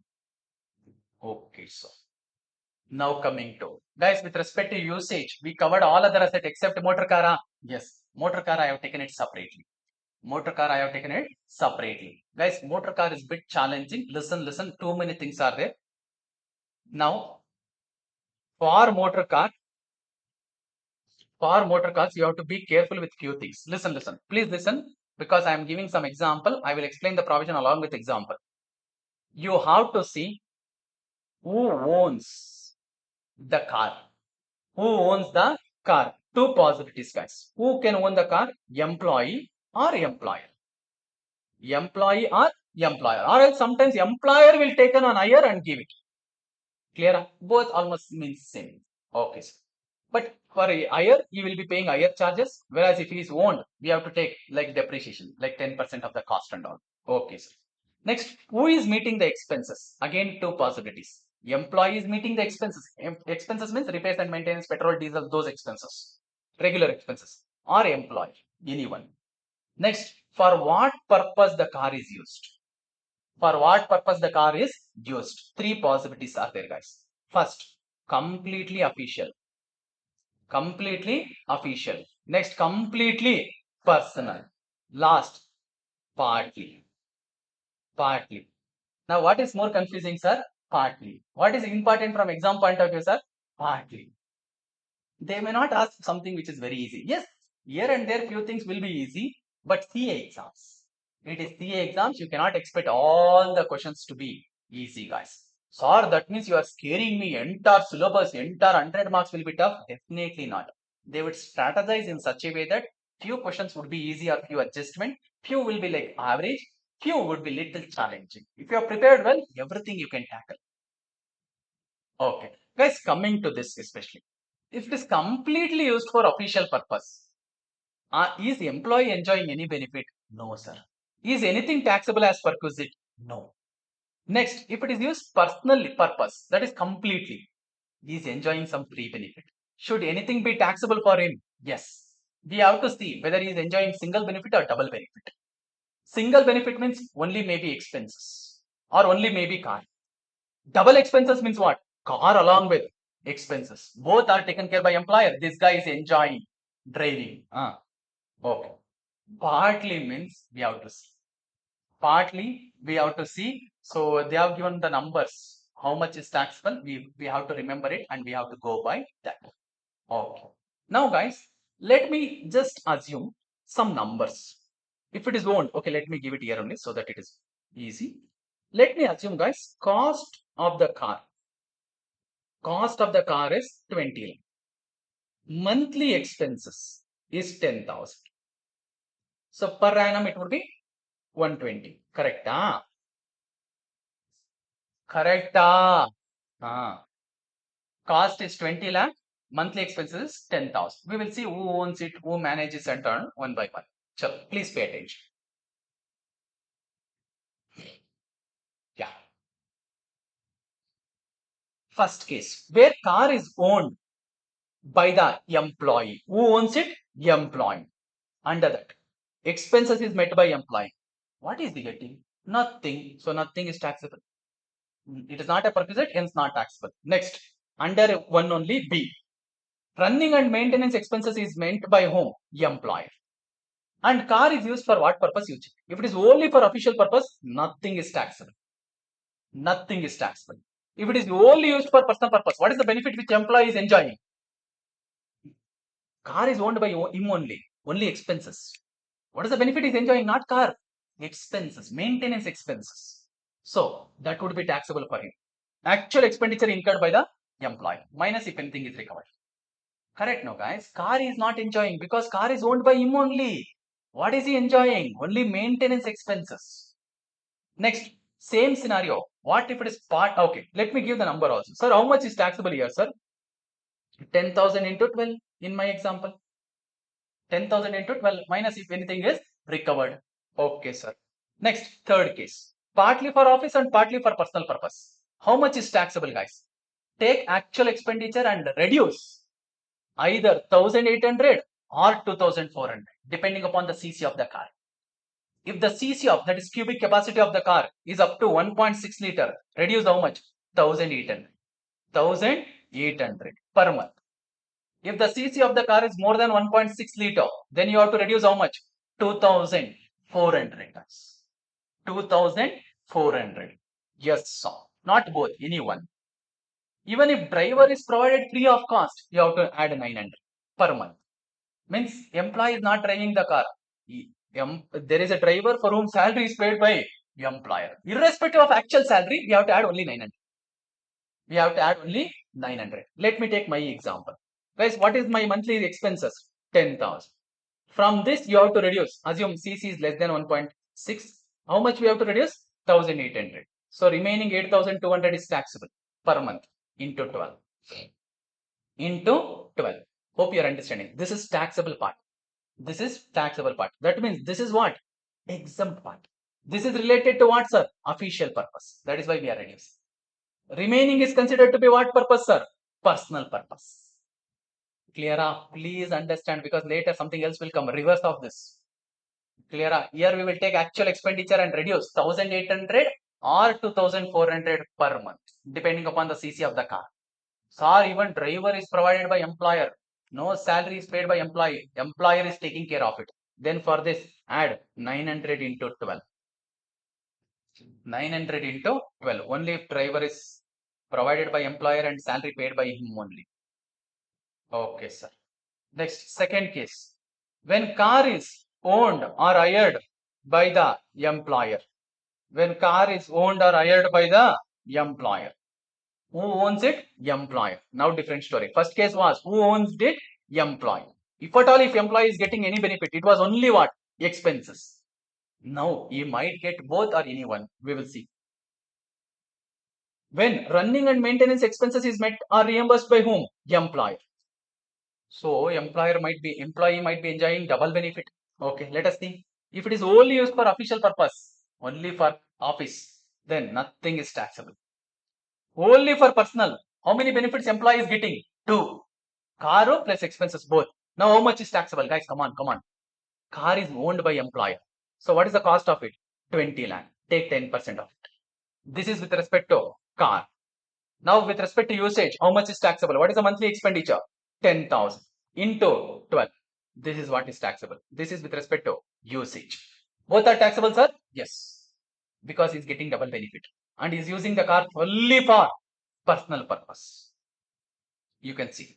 Value of perquisite is equal to actual expenditure incurred by the employer plus 10% of the actual cost of the car or higher charges if car is taken on higher minus if any amount is recovered. Okay. Next, last case. Partly. Partly for office, partly for personal, sir. Then, value of perquisite is equal to 1800 per month if the CC of the car is up to 1.6 liter, or if it is more than 1.6 liter, then 2400. Okay. And if driver is also provided, 900, for whom salary is paid by employer. Just so. So, in our case, irrespective of the actual expenditure, we have to take either 1800 into 12 or 2400 into 12, guys. Sir, previously you did something else? Yes, guys, please be careful. This is different. Here, in the previous case, when it is partly, we took actual expenditure and reduced 1800 or 2400. Remaining was taxable. But here, straight away, 1800 or 2400 is taxable. Okay, so next, let us move forward. Sir, car is owned by employer only, but expenses is met by whom? Employee. Different scenario. Wholly used for official purpose, nothing is taxable. Wholly used for personal purpose, what is the benefit here? Which employee is getting, guys? Only car. Why, sir? Expenses is only taking care, na? So how much is taxable, sir? 20 lakh into 10%. Plus, if by chance salary of the driver is paid by employer, take actual salary. Actual salary, whichever employer is paying to driver. Okay, sir. Sir, what if it is partly so? If it is partly, then as employee is getting only one benefit, it is not 1800, it is 600 or 900, depending upon the CC of the car per month. If driver is also provided, 900. This is common dialogue everywhere. Wherever it is partly, guys, everywhere. If driver is also provided, for whom salary is paid by employer, irrespective of the actual salary, how much should we add? 900 per month. That is 900 into 12. This is only in partly cases. Please be careful. Guys, here what is little challenging is partly, and that becomes important for examples. And if it is official and all, always blindly tell exempt. Exempt. If I wake up and ask you also, if you tell exempt. If it is personal, check what is the benefit enjoyed by employee. And for that benefit, what is the cost to the employer? That becomes the perquisite to the employee.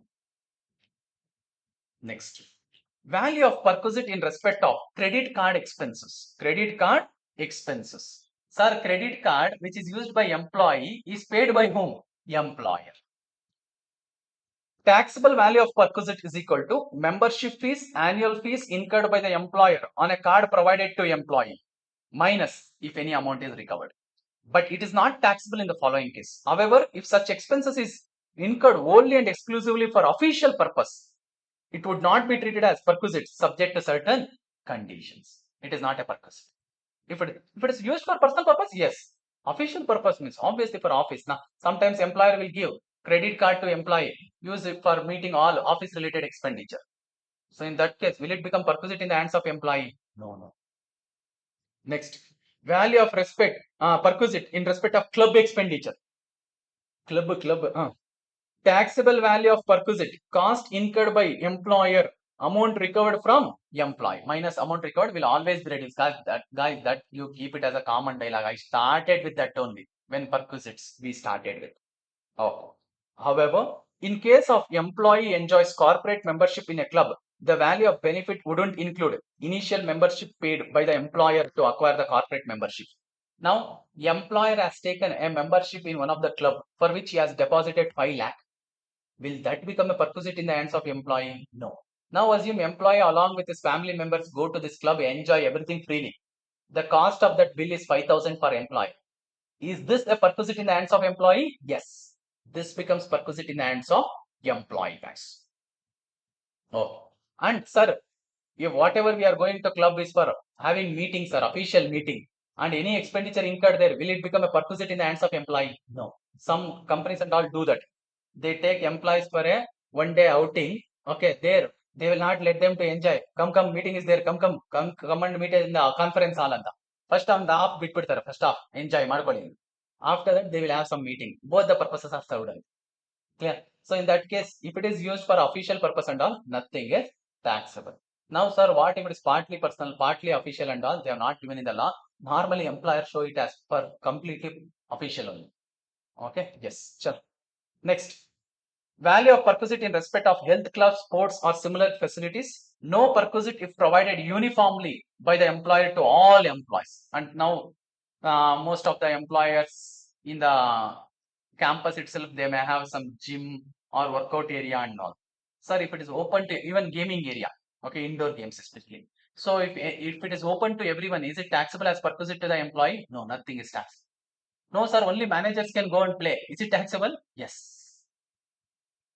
Sure. Next, employer contribution. As per section 17 to 7, total of the following in excess of 7,50,000 during the previous year will also be taxable under the head salary as perquisite. Employer contribution to recognized provident fund, employer contribution to approved superannuation fund, employer contribution to NPS, that is National Pension Scheme. All this put together, if it is more than 7.5 lakh, only difference is taxable as perquisite in the hands of whom? Employee. Clear. Assume guys, all this put together, employer has contributed to 8 lakh per annum. How much is taxable? Minus 7.5 lakh. How much is taxable guys? 50,000.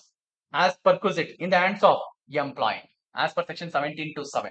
Then they have also told in 17 to 7a, whatever interest is earned on this 50,000, that is also taxable as perquisite. And they have given some calculation format and all, which is a bit lengthy, so I am not taking it here. Okay, so whatever income is earned on this 50,000 is also taxable as perquisite guys, as per section 17 to 7a, for which the calculation format is given in the law. Oh. Chalo, specified employees we already covered with. Till now, whatever we saw was taxable perquisite. Now there is a list of perquisite which is completely tax-free. What are those, sir? The value of following perquisite is not to be included in the salary income of an employee. What are those? One by one. Refreshment. The value of refreshment provided by the employer during office hours and in office premises is fully exempt. Refreshment, maybe indoor games and all those things. Subsidized lunch is exempt up to 50 rupees. If it is more than 50 rupees, only the difference is taxable. Then recreational facilities also is exempt, guys. The value, see, refreshment as well as recreational, both. So refreshment means maybe snacks, chips or coffee, tea, everything is covered. Okay. Yes, except food. Food is exempt only up to 50 rupees.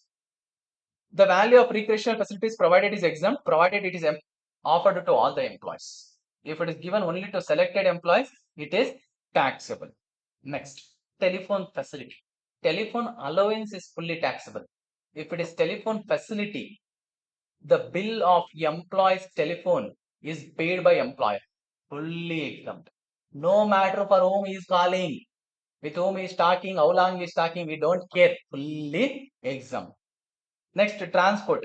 Transport provided by the employer to the employees as a group and not on any individual or few employees alone from their place of residence to a place of work. Guys, traveling or conveyance allowance is different.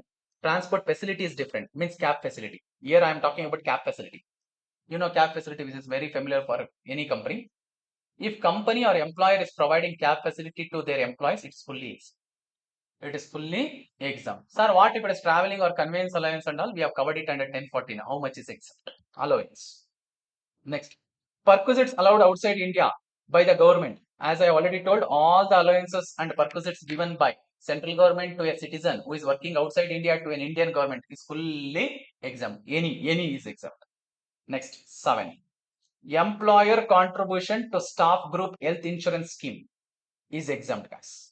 So whatever premium employer is paying on the health of the employees, is it a perquisite? Yes, but exempt. But what if it is a life insurance premium, sir? Is it taxable? Yes. If employer is paying insurance premium on the life of the employee, it is taxable in the hands of employee as perquisite. Sir, can employee claim deduction under section 80C for life insurance premium? Yes. Sir, can employee claim deduction under section 80D for health insurance premium? Yes. But here what is taxable is only life insurance, not health insurance. Personal accident insurance also, if it is taken for all the employees as a whole, exempt tax. Next, amount spent on training of employees is fully exempt. Then free rations given normally to armed forces, guys. So if employee is of Indian defense, they get some rations at a free price or at a free or concessional prices. So they are getting some food items for a lower price. No, sir. Is it taxable? No.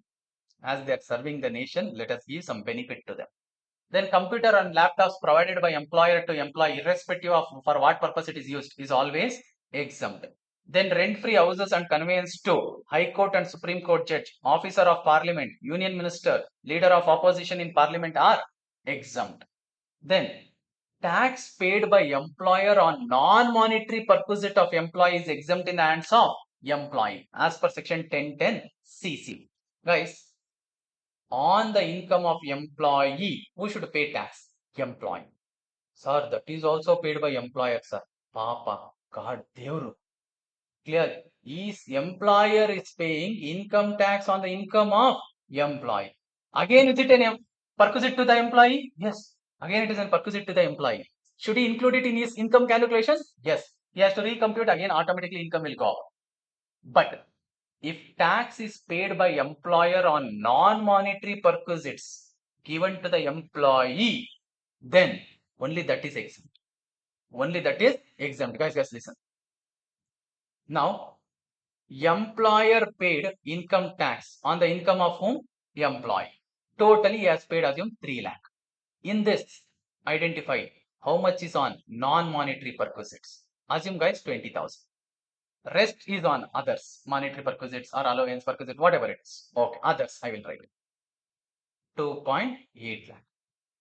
2.8 lakh. Sir, is this an income for the employee? Yes, it is a perquisite taxable under the income from salary. You would have already computed salary income. Again, for that you add 2.8 lakh. Is this taxable, sir? No, it is exempt. Will we add it to the tax income? No, it is exempt under section 1010 CC.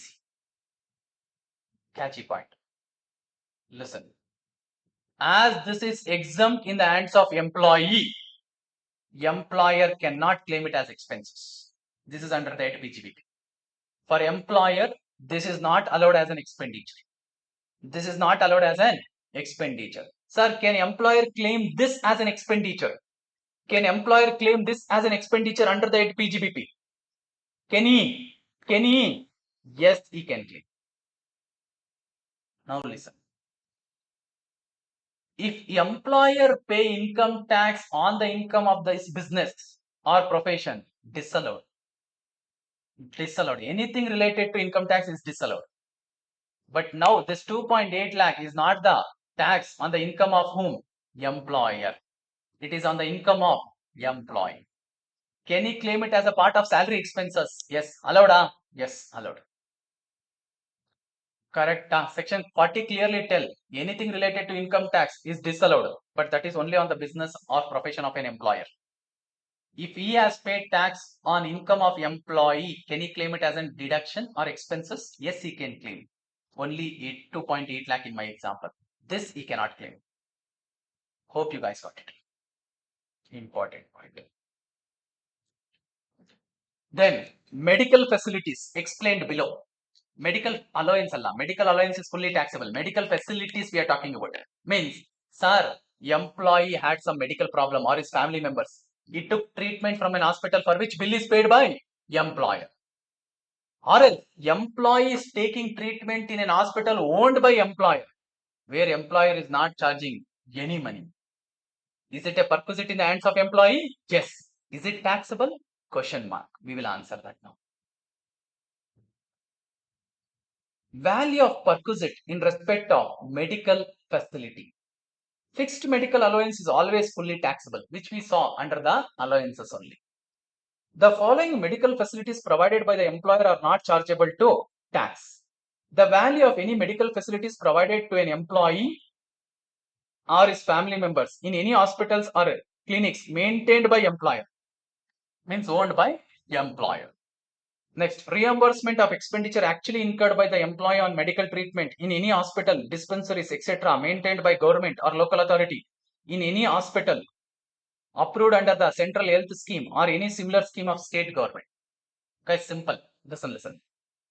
If the treatment is given in the hospital owned by employer or government, fully exempt. Fully exempt. Now I am the employee of Apollo Hospitals. I had some medical emergency for me or for my family members. So my employer told, because you are anyway our employee. Okay. So we will give you full free treatment for you or for your family members. Is it a perquisite for me? Yes. But is it taxable? No. Fully exempt. Now, or else, sir, we took the treatment in government hospital, some minimum bill was charged, my employer paid it. Is it taxable? No. Exempt. It is exempt. Then what is taxable, sir? Private hospital. If the treatment is taken in private hospital other than owned by employer and the bill is paid by whom? Employer. Assume the bill amount is 80,000. Is it taxable? Yes, full 80,000 is taxable. Full 80,000 is taxable. Sir, what if the medical treatment is outside India? If medical treatment is outside India. Guys, when medical treatment is outside India, there are three expenses which might be incurred. One is going and coming, travel. Accommodation, there. Accommodation normally will be in hospital only. By chance, no sir, 1 or 2 days we stayed in hotel and then we got admitted in hospital, means accommodation in hotel also is covered. Plus medical treatment. Next, listen here. Sir, what is exempt to what extent? Guys, whatever I incur for the purpose of medical treatment and cost of stay, which is actually incurred outside India, is exempt only to the extent permitted by RBI. Okay, sir, what is that number? Number is not fixed. RBI will investigate each and every case and they will give the number. It is only exempt to the extent permitted by RBI. Assume guys the cost was 20 lakh. RBI permitted only 8 lakh. 8 lakh is exempt. Remaining 12 lakh is tax. Yes, sir. Next, this to where it is incurred? Outside India. Now, to go outside India, I have to travel, na? Okay, going and coming. So, for cost of travel, it is exempt only if gross total income of employee before including such expenditure does not exceed 2 lakh. Not gross salary. Not gross salary, guys. Gross total income. You just tell me. If employee is having income less than 2 lakh, will employer send them outside India to give medical treatment? They will tell, hey, ಇಲ್ಲೇ ಎಲ್ಲಾರ ತಗೊಳ್ಳೋ ನೋಡ್ಕೊಳ್ಳೋಣ ಅಂತ. Clear, our Indian medical system is like that, like this. Why you want to go outside India? Go take here only. And clear. So last point may not make sense, but still, this is how it is given in the law. If only gross total income of the employee is less than 2 lakh, nothing is taxable. If it is more than 2 lakh, the entire cost of travel will be taxed, provided it is paid by employer. No, sir, employer didn't pay any accommodation cost or travel cost. He took care of only medical. Then this too is ruled out. Yellow. This too is ruled out. What is that? Travel is ruled out. Stay is ruled out. We have to check only what? Medical treatment. If employee himself is paying it, it is not a benefit to him. Keep it simple. Next, leave travel concession. Now, employee tired of working, he also needs break. He also need a break. He is not a machine to continuously work. So employer told once in a year or twice in a year, go for a trip and come. I will sponsor it. I will sponsor it. So employee is going for a trip to any place in India during his employment by taking leave, or else after his termination, after his retirement, employer is sponsoring one trip. Employer is borning all the expenses. Is it a perquisite in the hands of employee? Yes. But is it taxable? No, not fully. Up to certain level, it is exempt. How much is exempt depends on the mode of travel.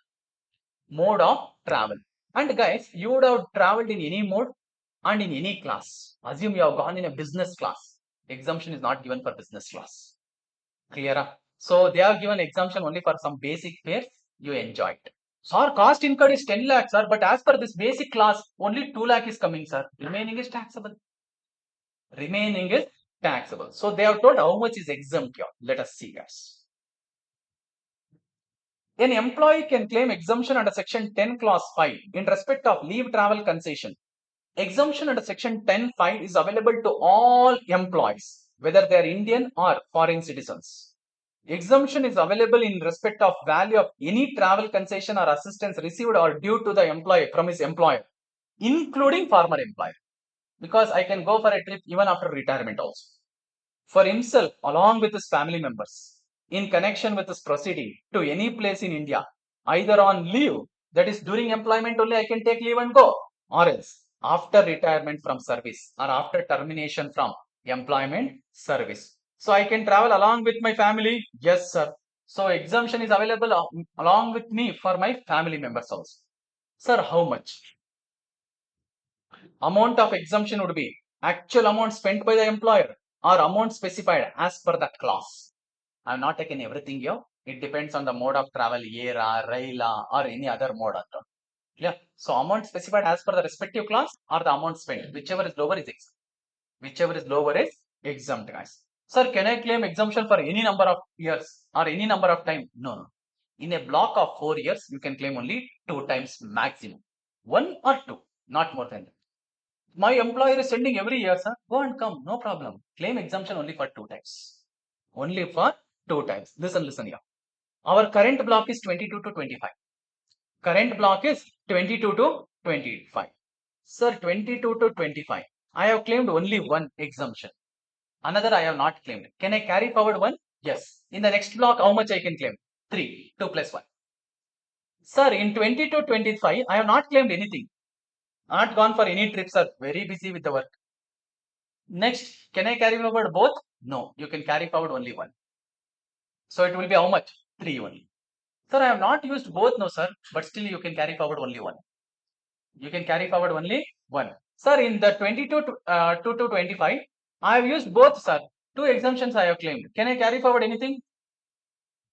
No. What will you carry forward? Why will you carry forward? You have used both, na? Clear? So only one unused journey can be carried forward.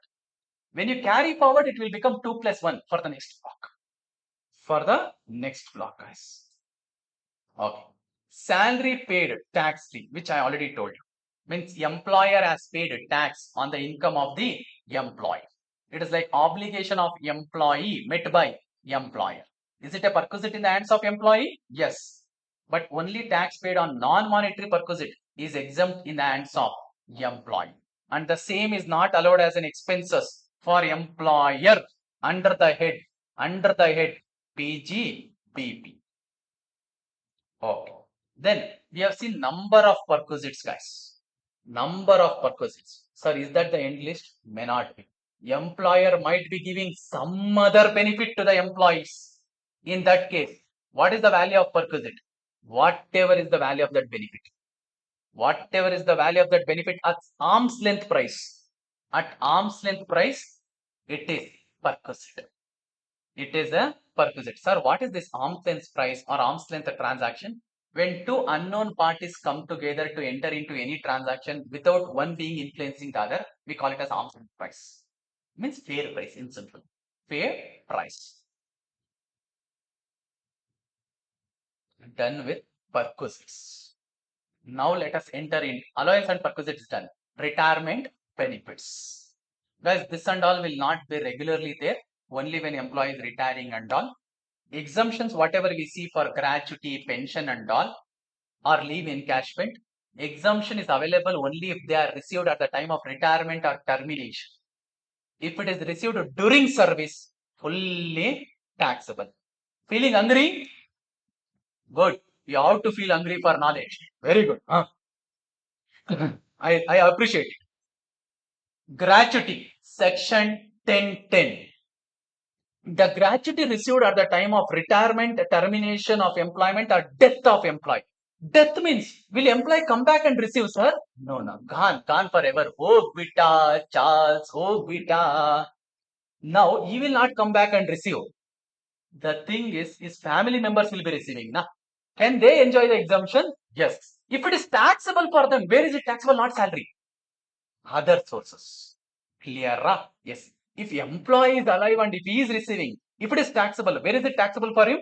Salary. Okay. Now, if the employee is a government employee, 100% exempt. 100. If anyone has doubt about what song I sang and all, don't worry. Out of syllabus. Focus here. I can see some people discussing there under which movie, Elli, Yadu anta. Not important. Focus. Government employee, 100% exempt. If he is a non-government employee, covered under Gratuity Act. Means your employer or entity in which you are working is covered under Gratuity Act. Then least of the following is exempt. Actual gratuity received or statutory limit of 20 lakh, or last point is important, guys. 15 by 26 into loss drawn salary per month into number of years of service completed. If it is more than 6 months, round it up to next year. If it is less than 6 months, ignore the months. Okay. Then for others, means non-government employee who is not covered under Gratuity Act. Not covered under Gratuity Act. First 2 points remain same. Last point is different. So please be careful only with this, guys. Only that point will vary. Half into average salary of last 10 months per month. That is before you retire or terminate. Last 10 months, what was your average salary? Then number of years of service completed. No round off. No round off. Now listen. I will just give that round off thing. I will at least give clarification. Guys, assume employer has rendered 18 years, 9 months of service. If he is covered here, how much should we take? 19. 19. If he is covered here, how much we have to take? 18. Sir, what if it is 18 years, 3 months? How much we should take here? 18. How much we should take here? 18. Got the point. Got the point. Yes. Next. Sir, see this and all now during exam time, sir, should we know the reason and all? No. But still, some students will have that doubt in the mind. Why that 15 by 26? 15 is considered to be half of the month. 26 is considered to be working days. Working days. In a month, excluding the Sundays and all, it is considered to be 26 working days. Sir, then half of 26 should be 13, no, sir. 15 they have taken for the entire month, but base they have taken as only working days. If any questions, please ask the lawmaker, not me. Because this is not making sense, sir. It's okay, I'll just my point. If gratuity is received during service by the employee, fully taxable. Even if he's a government employee, fully taxable. Okay, coming to commuted pension. Commuted pension is different, monthly pension is different. If I have retired and receiving monthly pension 10,000 per month, always taxable under which head? Salary. Sir, I am settled in US. I gave my employment service in India. My employer is paying me pension in US. Is it an Indian income? Yes. Is it taxable in India? Yes. Next. Sir, I am gone. My family members are receiving family pension. Is it taxable for them? Yes. Under which head? Other sources. Other sources. Now what I am discussing is something called as commuted pension. Commuted pension means, sir, every month I was getting 10,000. Till I die, my employer will pay. But now I have some emergency, sir. I requested my employer, please give me some lump sum amount. Instead of giving me every month 10,000, give me lump sum amount. Lump sum amount. So my employer told, okay, because 60% of whatever you are supposed to get it in the future, I will give now as commuted pension. Assume he did some calculation, we call it as actual calculation and all, he did some math and all, you don't worry about it. And he gave me 10 lakh. For how much percentage, guys? 60%.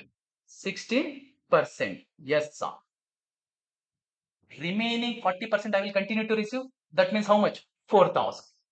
That is 10,000 into 4,000. 40% comes to how much? 4,000. Sir, this is monthly. Will it be taxable for me? Yes, fully taxable. Whether I am a government employee or non-government employee, monthly pension is always fully taxable. Now, what about this 10 lakhs? You can claim exemption. You can claim exemption under section 1010A. How much and when? Taxability of commuted pension is as follows. If you are a government employee, 100% is exempt. Full 10 lakh. If you are a non-government employee, check whether you are receiving gratuity also. If you are receiving gratuity also, you are getting double benefit now. So they are lowering the exemption. How much is the exemption? Guys, listen, they have done some calculation like this. If you had received all pension, you have not received all pension. If you had received all pension, how much you would have got? How much is that? 10 lakh divided by 60%. Commuted amount divided by commuted percentage. Into how much is exempt? 1 by 3. This is exempt figure. This is exempt figure. Please be careful. Next, sir, I am not getting gratuity, sir. I am getting only pension, sir. Then they are increasing the amount of exemption. So how much would be exempt? Same formula, but 1 by 2. Instead of 1 by 3, it would be 1 by 2. What I am talking about is not taxable figure. What I am talking about what? Exempt figure. So keep it simple. When you are receiving gratuity, the amount of exemption will be lower. If you are not receiving gratuity, amount of exemption will slightly increase. Okay. So if it is a monthly pension, which we call it as uncommuted pension, it is always taxable, including for government employees. Next, leave encashment. Leave encashment means, guys, every year, employer would have allowed you to take some 30 or 45 days or 60 days of paid leave. Paid leave. Even if you take that leave, still you will get paid for it. Great. Yes, sir. Now, I was very sincere. I worked for 20 years for my employer. 20 years I worked for my employer. He told every year you can take 40 days paid leave. 40 days paid leave. I didn't take so much. I had a leave credit, means which I was eligible to take but didn't take.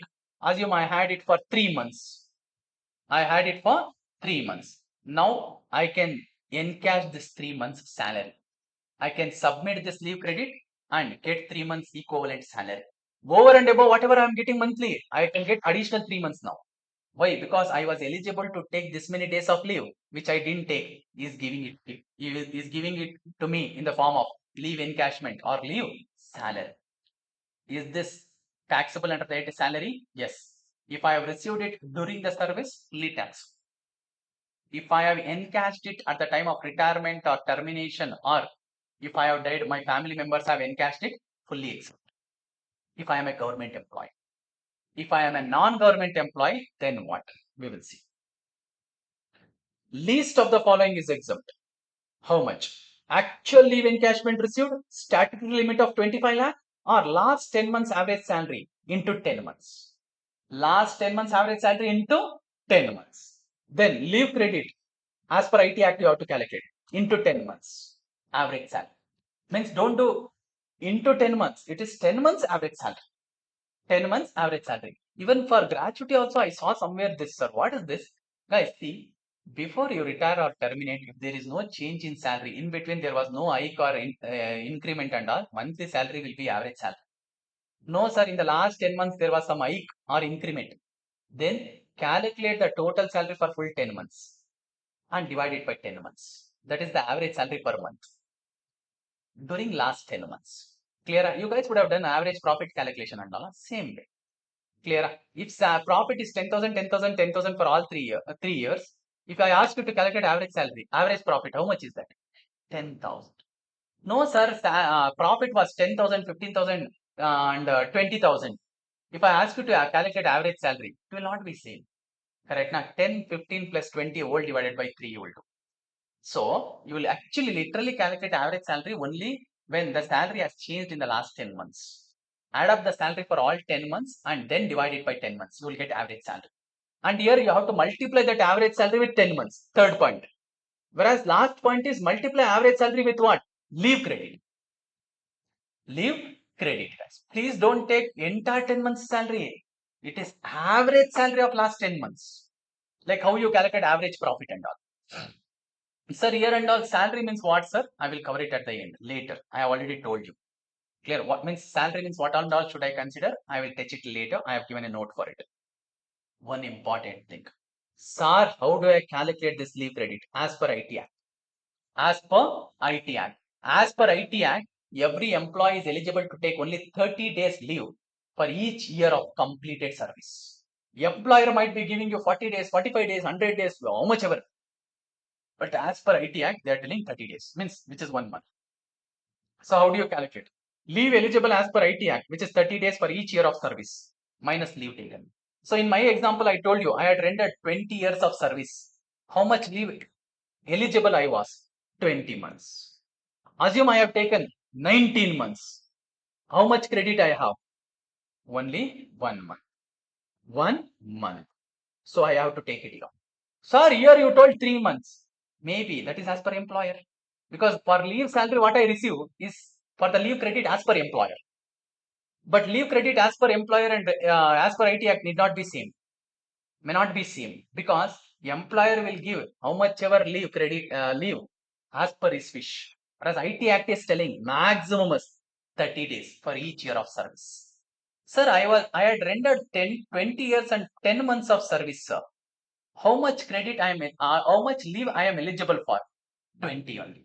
No proportionate calculation.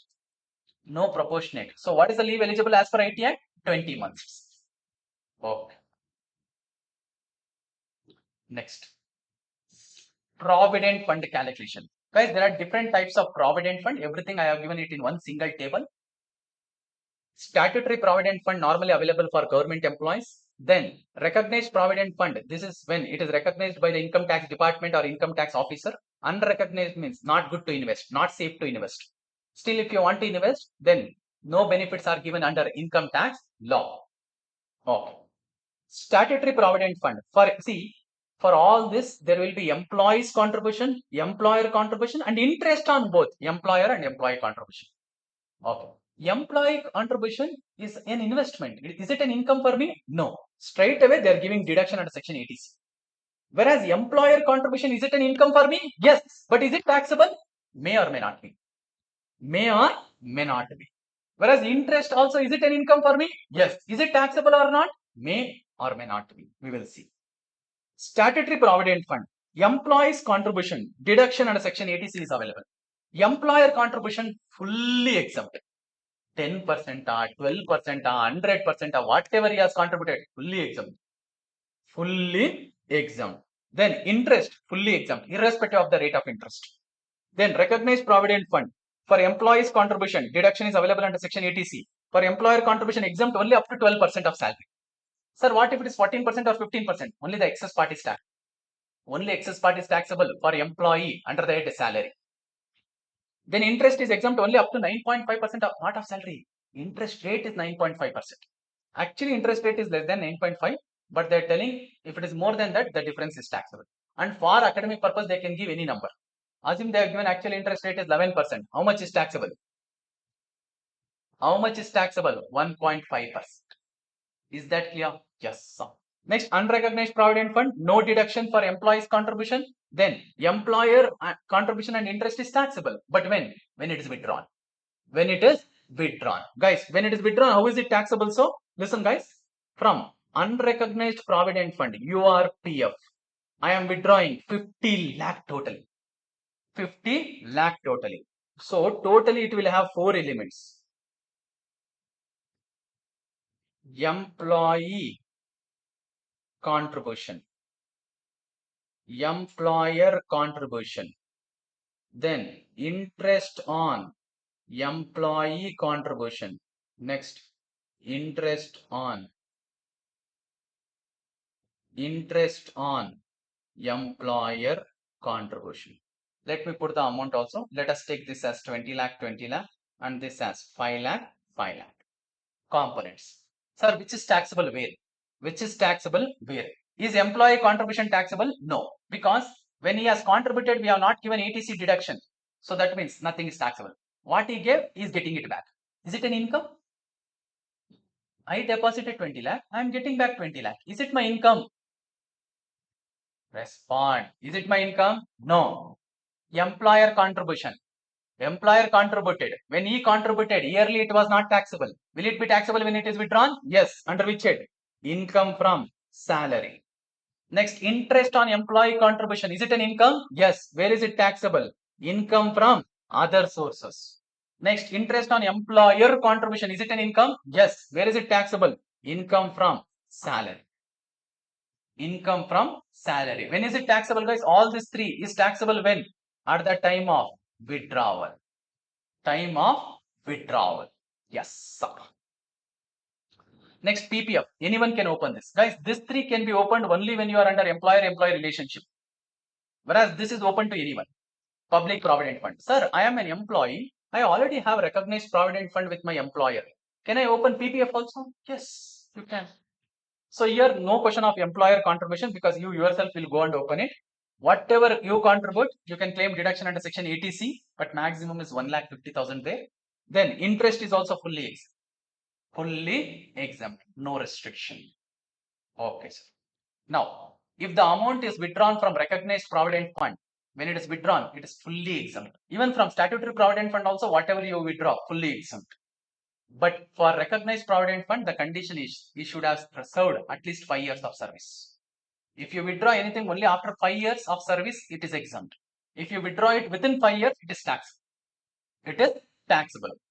Or if you withdraw within 5 years due to health condition, or your employer is closing down his business, in that case, even if you withdraw within 5 years also, it is exempt.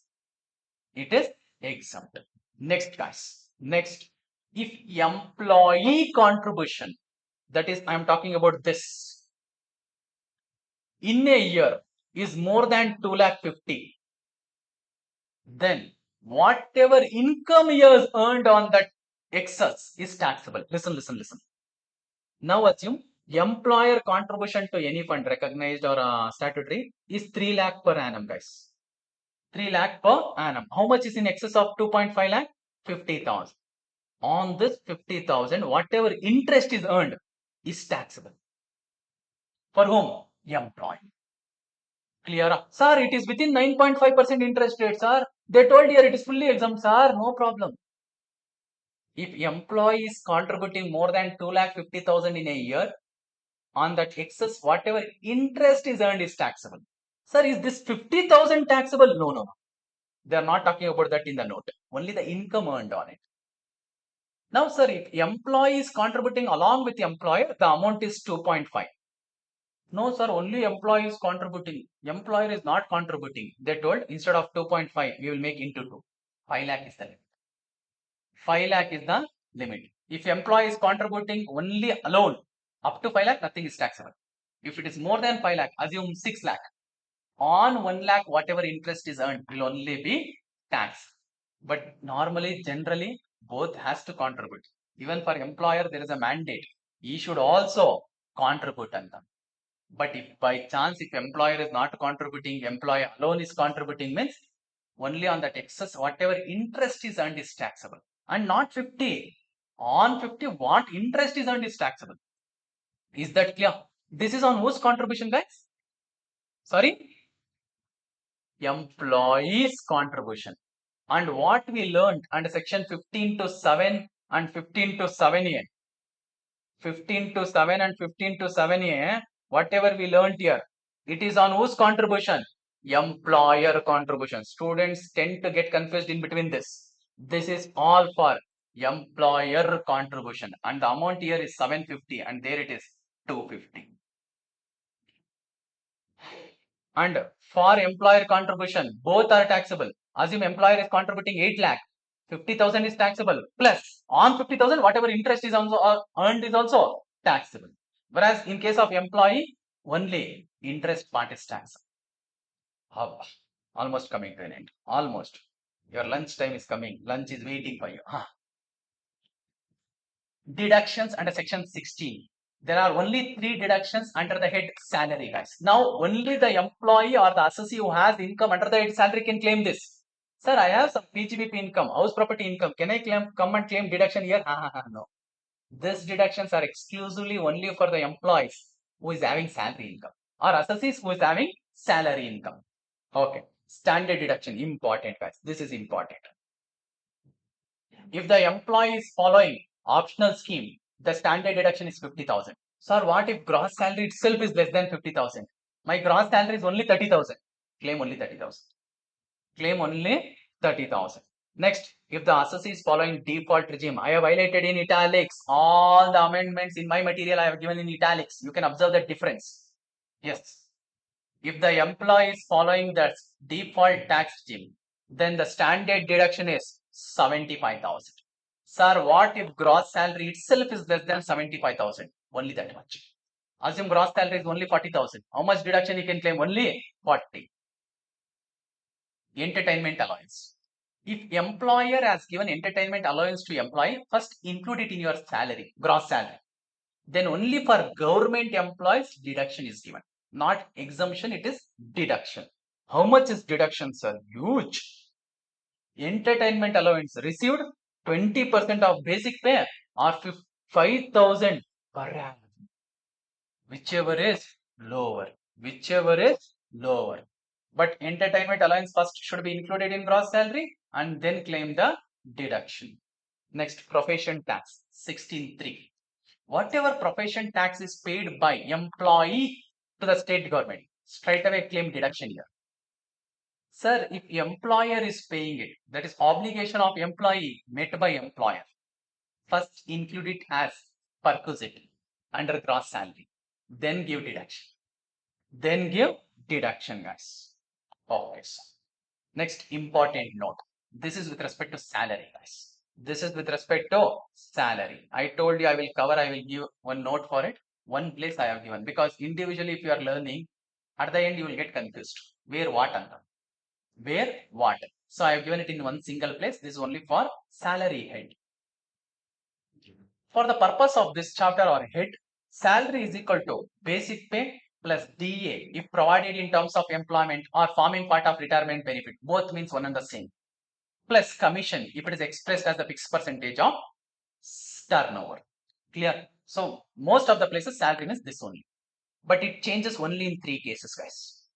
Salary will change only in 3 cases. When is it, sir? Gratuity covered under the Gratuity Act for non-government employee. Their salary means what? Basic pay plus DA. So your yes. So your basic pay plus DA plus DA, guys. Whereas your first thing only common, that is basic pay plus DA for condition attached DA plus commission. For commission also condition. Yes. So next, entertainment allowance. It is only basic pay. 20% of what? Basic pay. Okay, sir. Then for perquisite calculation, only for RFA they have referred to salary. For rent-free accommodation calculation, they are told 5% of salary, 7.5% of salary, 10% of salary. No, sir. What is salary there? Salary is equal to basic pay plus DA, condition attached, plus bonus, plus commission, no condition. For commission, no condition, plus any fee, plus all taxable allowances. For plus all taxable allowances you have to take. Please be careful, especially with this, guys. Okay. We have come to the end of salary. We have seen all the exemptions available and deductions available. Now I have given one single table to clarify you. Sir, what if the employee is following the default regime? Can he enjoy all the exemptions and deductions? No. So I have given it in the last column, guys. What is allowed, what is not allowed. You try to remember any one. Allowed or not allowed. So that it would be easy for you to remember. Yes, chalo guys. So for the employees who are following default tax regime given under section 115 BAC, what and all they can claim? Sir, what about if I am following optional tax regime? We have seen whatever is allowed. Everything they can claim, provided they satisfy the condition given under the respective sections. I am more concerned now with default tax regime assessees. Okay. So I have given it list wise also, guys. Allowance, perquisite, next retirement benefits, last deductions. I have given it in the list wise. Okay. House rent allowance under section 1013A not allowed. Then any allowance paid to High Court or Supreme Court judge and paid by a UNO to its employees not allowed. Whereas for Indian citizen paid outside India, is it allowed? Yes, it is allowed. Next, 1014.1. 1014.1. Only traveling, conveyance and daily allowance is allowed. Rest all is not allowed. Rest all is not allowed. Next, 1014.2 also. Only the transport allowance to handicapped or physically challenged. Only for them it is allowed. Rest all is blocked, not allowed. Next, coming to perquisites. Free food, leave travel concession, rent-free official residence and leave travel concession provided to High Court or Supreme Court is not allowed. Any other perquisites, if exemption is available, is allowed. Any other perquisite. Any other perquisite is allowed. Next, coming to retirement benefit, everything is allowed. Everything is allowed under default regime. Next, standard deductions or deductions under section 16. First, standard deduction. Sir, is it allowed? Yes, 75 more they are giving. Whereas under default scheme, how much? 50. Whereas under optional it is how much? 50. Under default how much? 75. Yes, sir. Entertainment and professional tax not allowed. Entertainment allowance and the profession tax is not allowed. One more important thing. I already told it. Let me repeat. It's okay. Every day we see our own faces on mirror. So it's okay to learn again and again. One important thing. Even if question is silent about deduction, please give deduction for standard. Sir, other things and all is silent, sir. Profession tax, entertainment allowance. Let me only imagine some figure and put it. No, no, no. If question is silent, ignore all other things, but provide for standard deduction. This is all about salary head revision, guys. We have almost taken 2.5 hours to complete this. Enjoy. Take a break.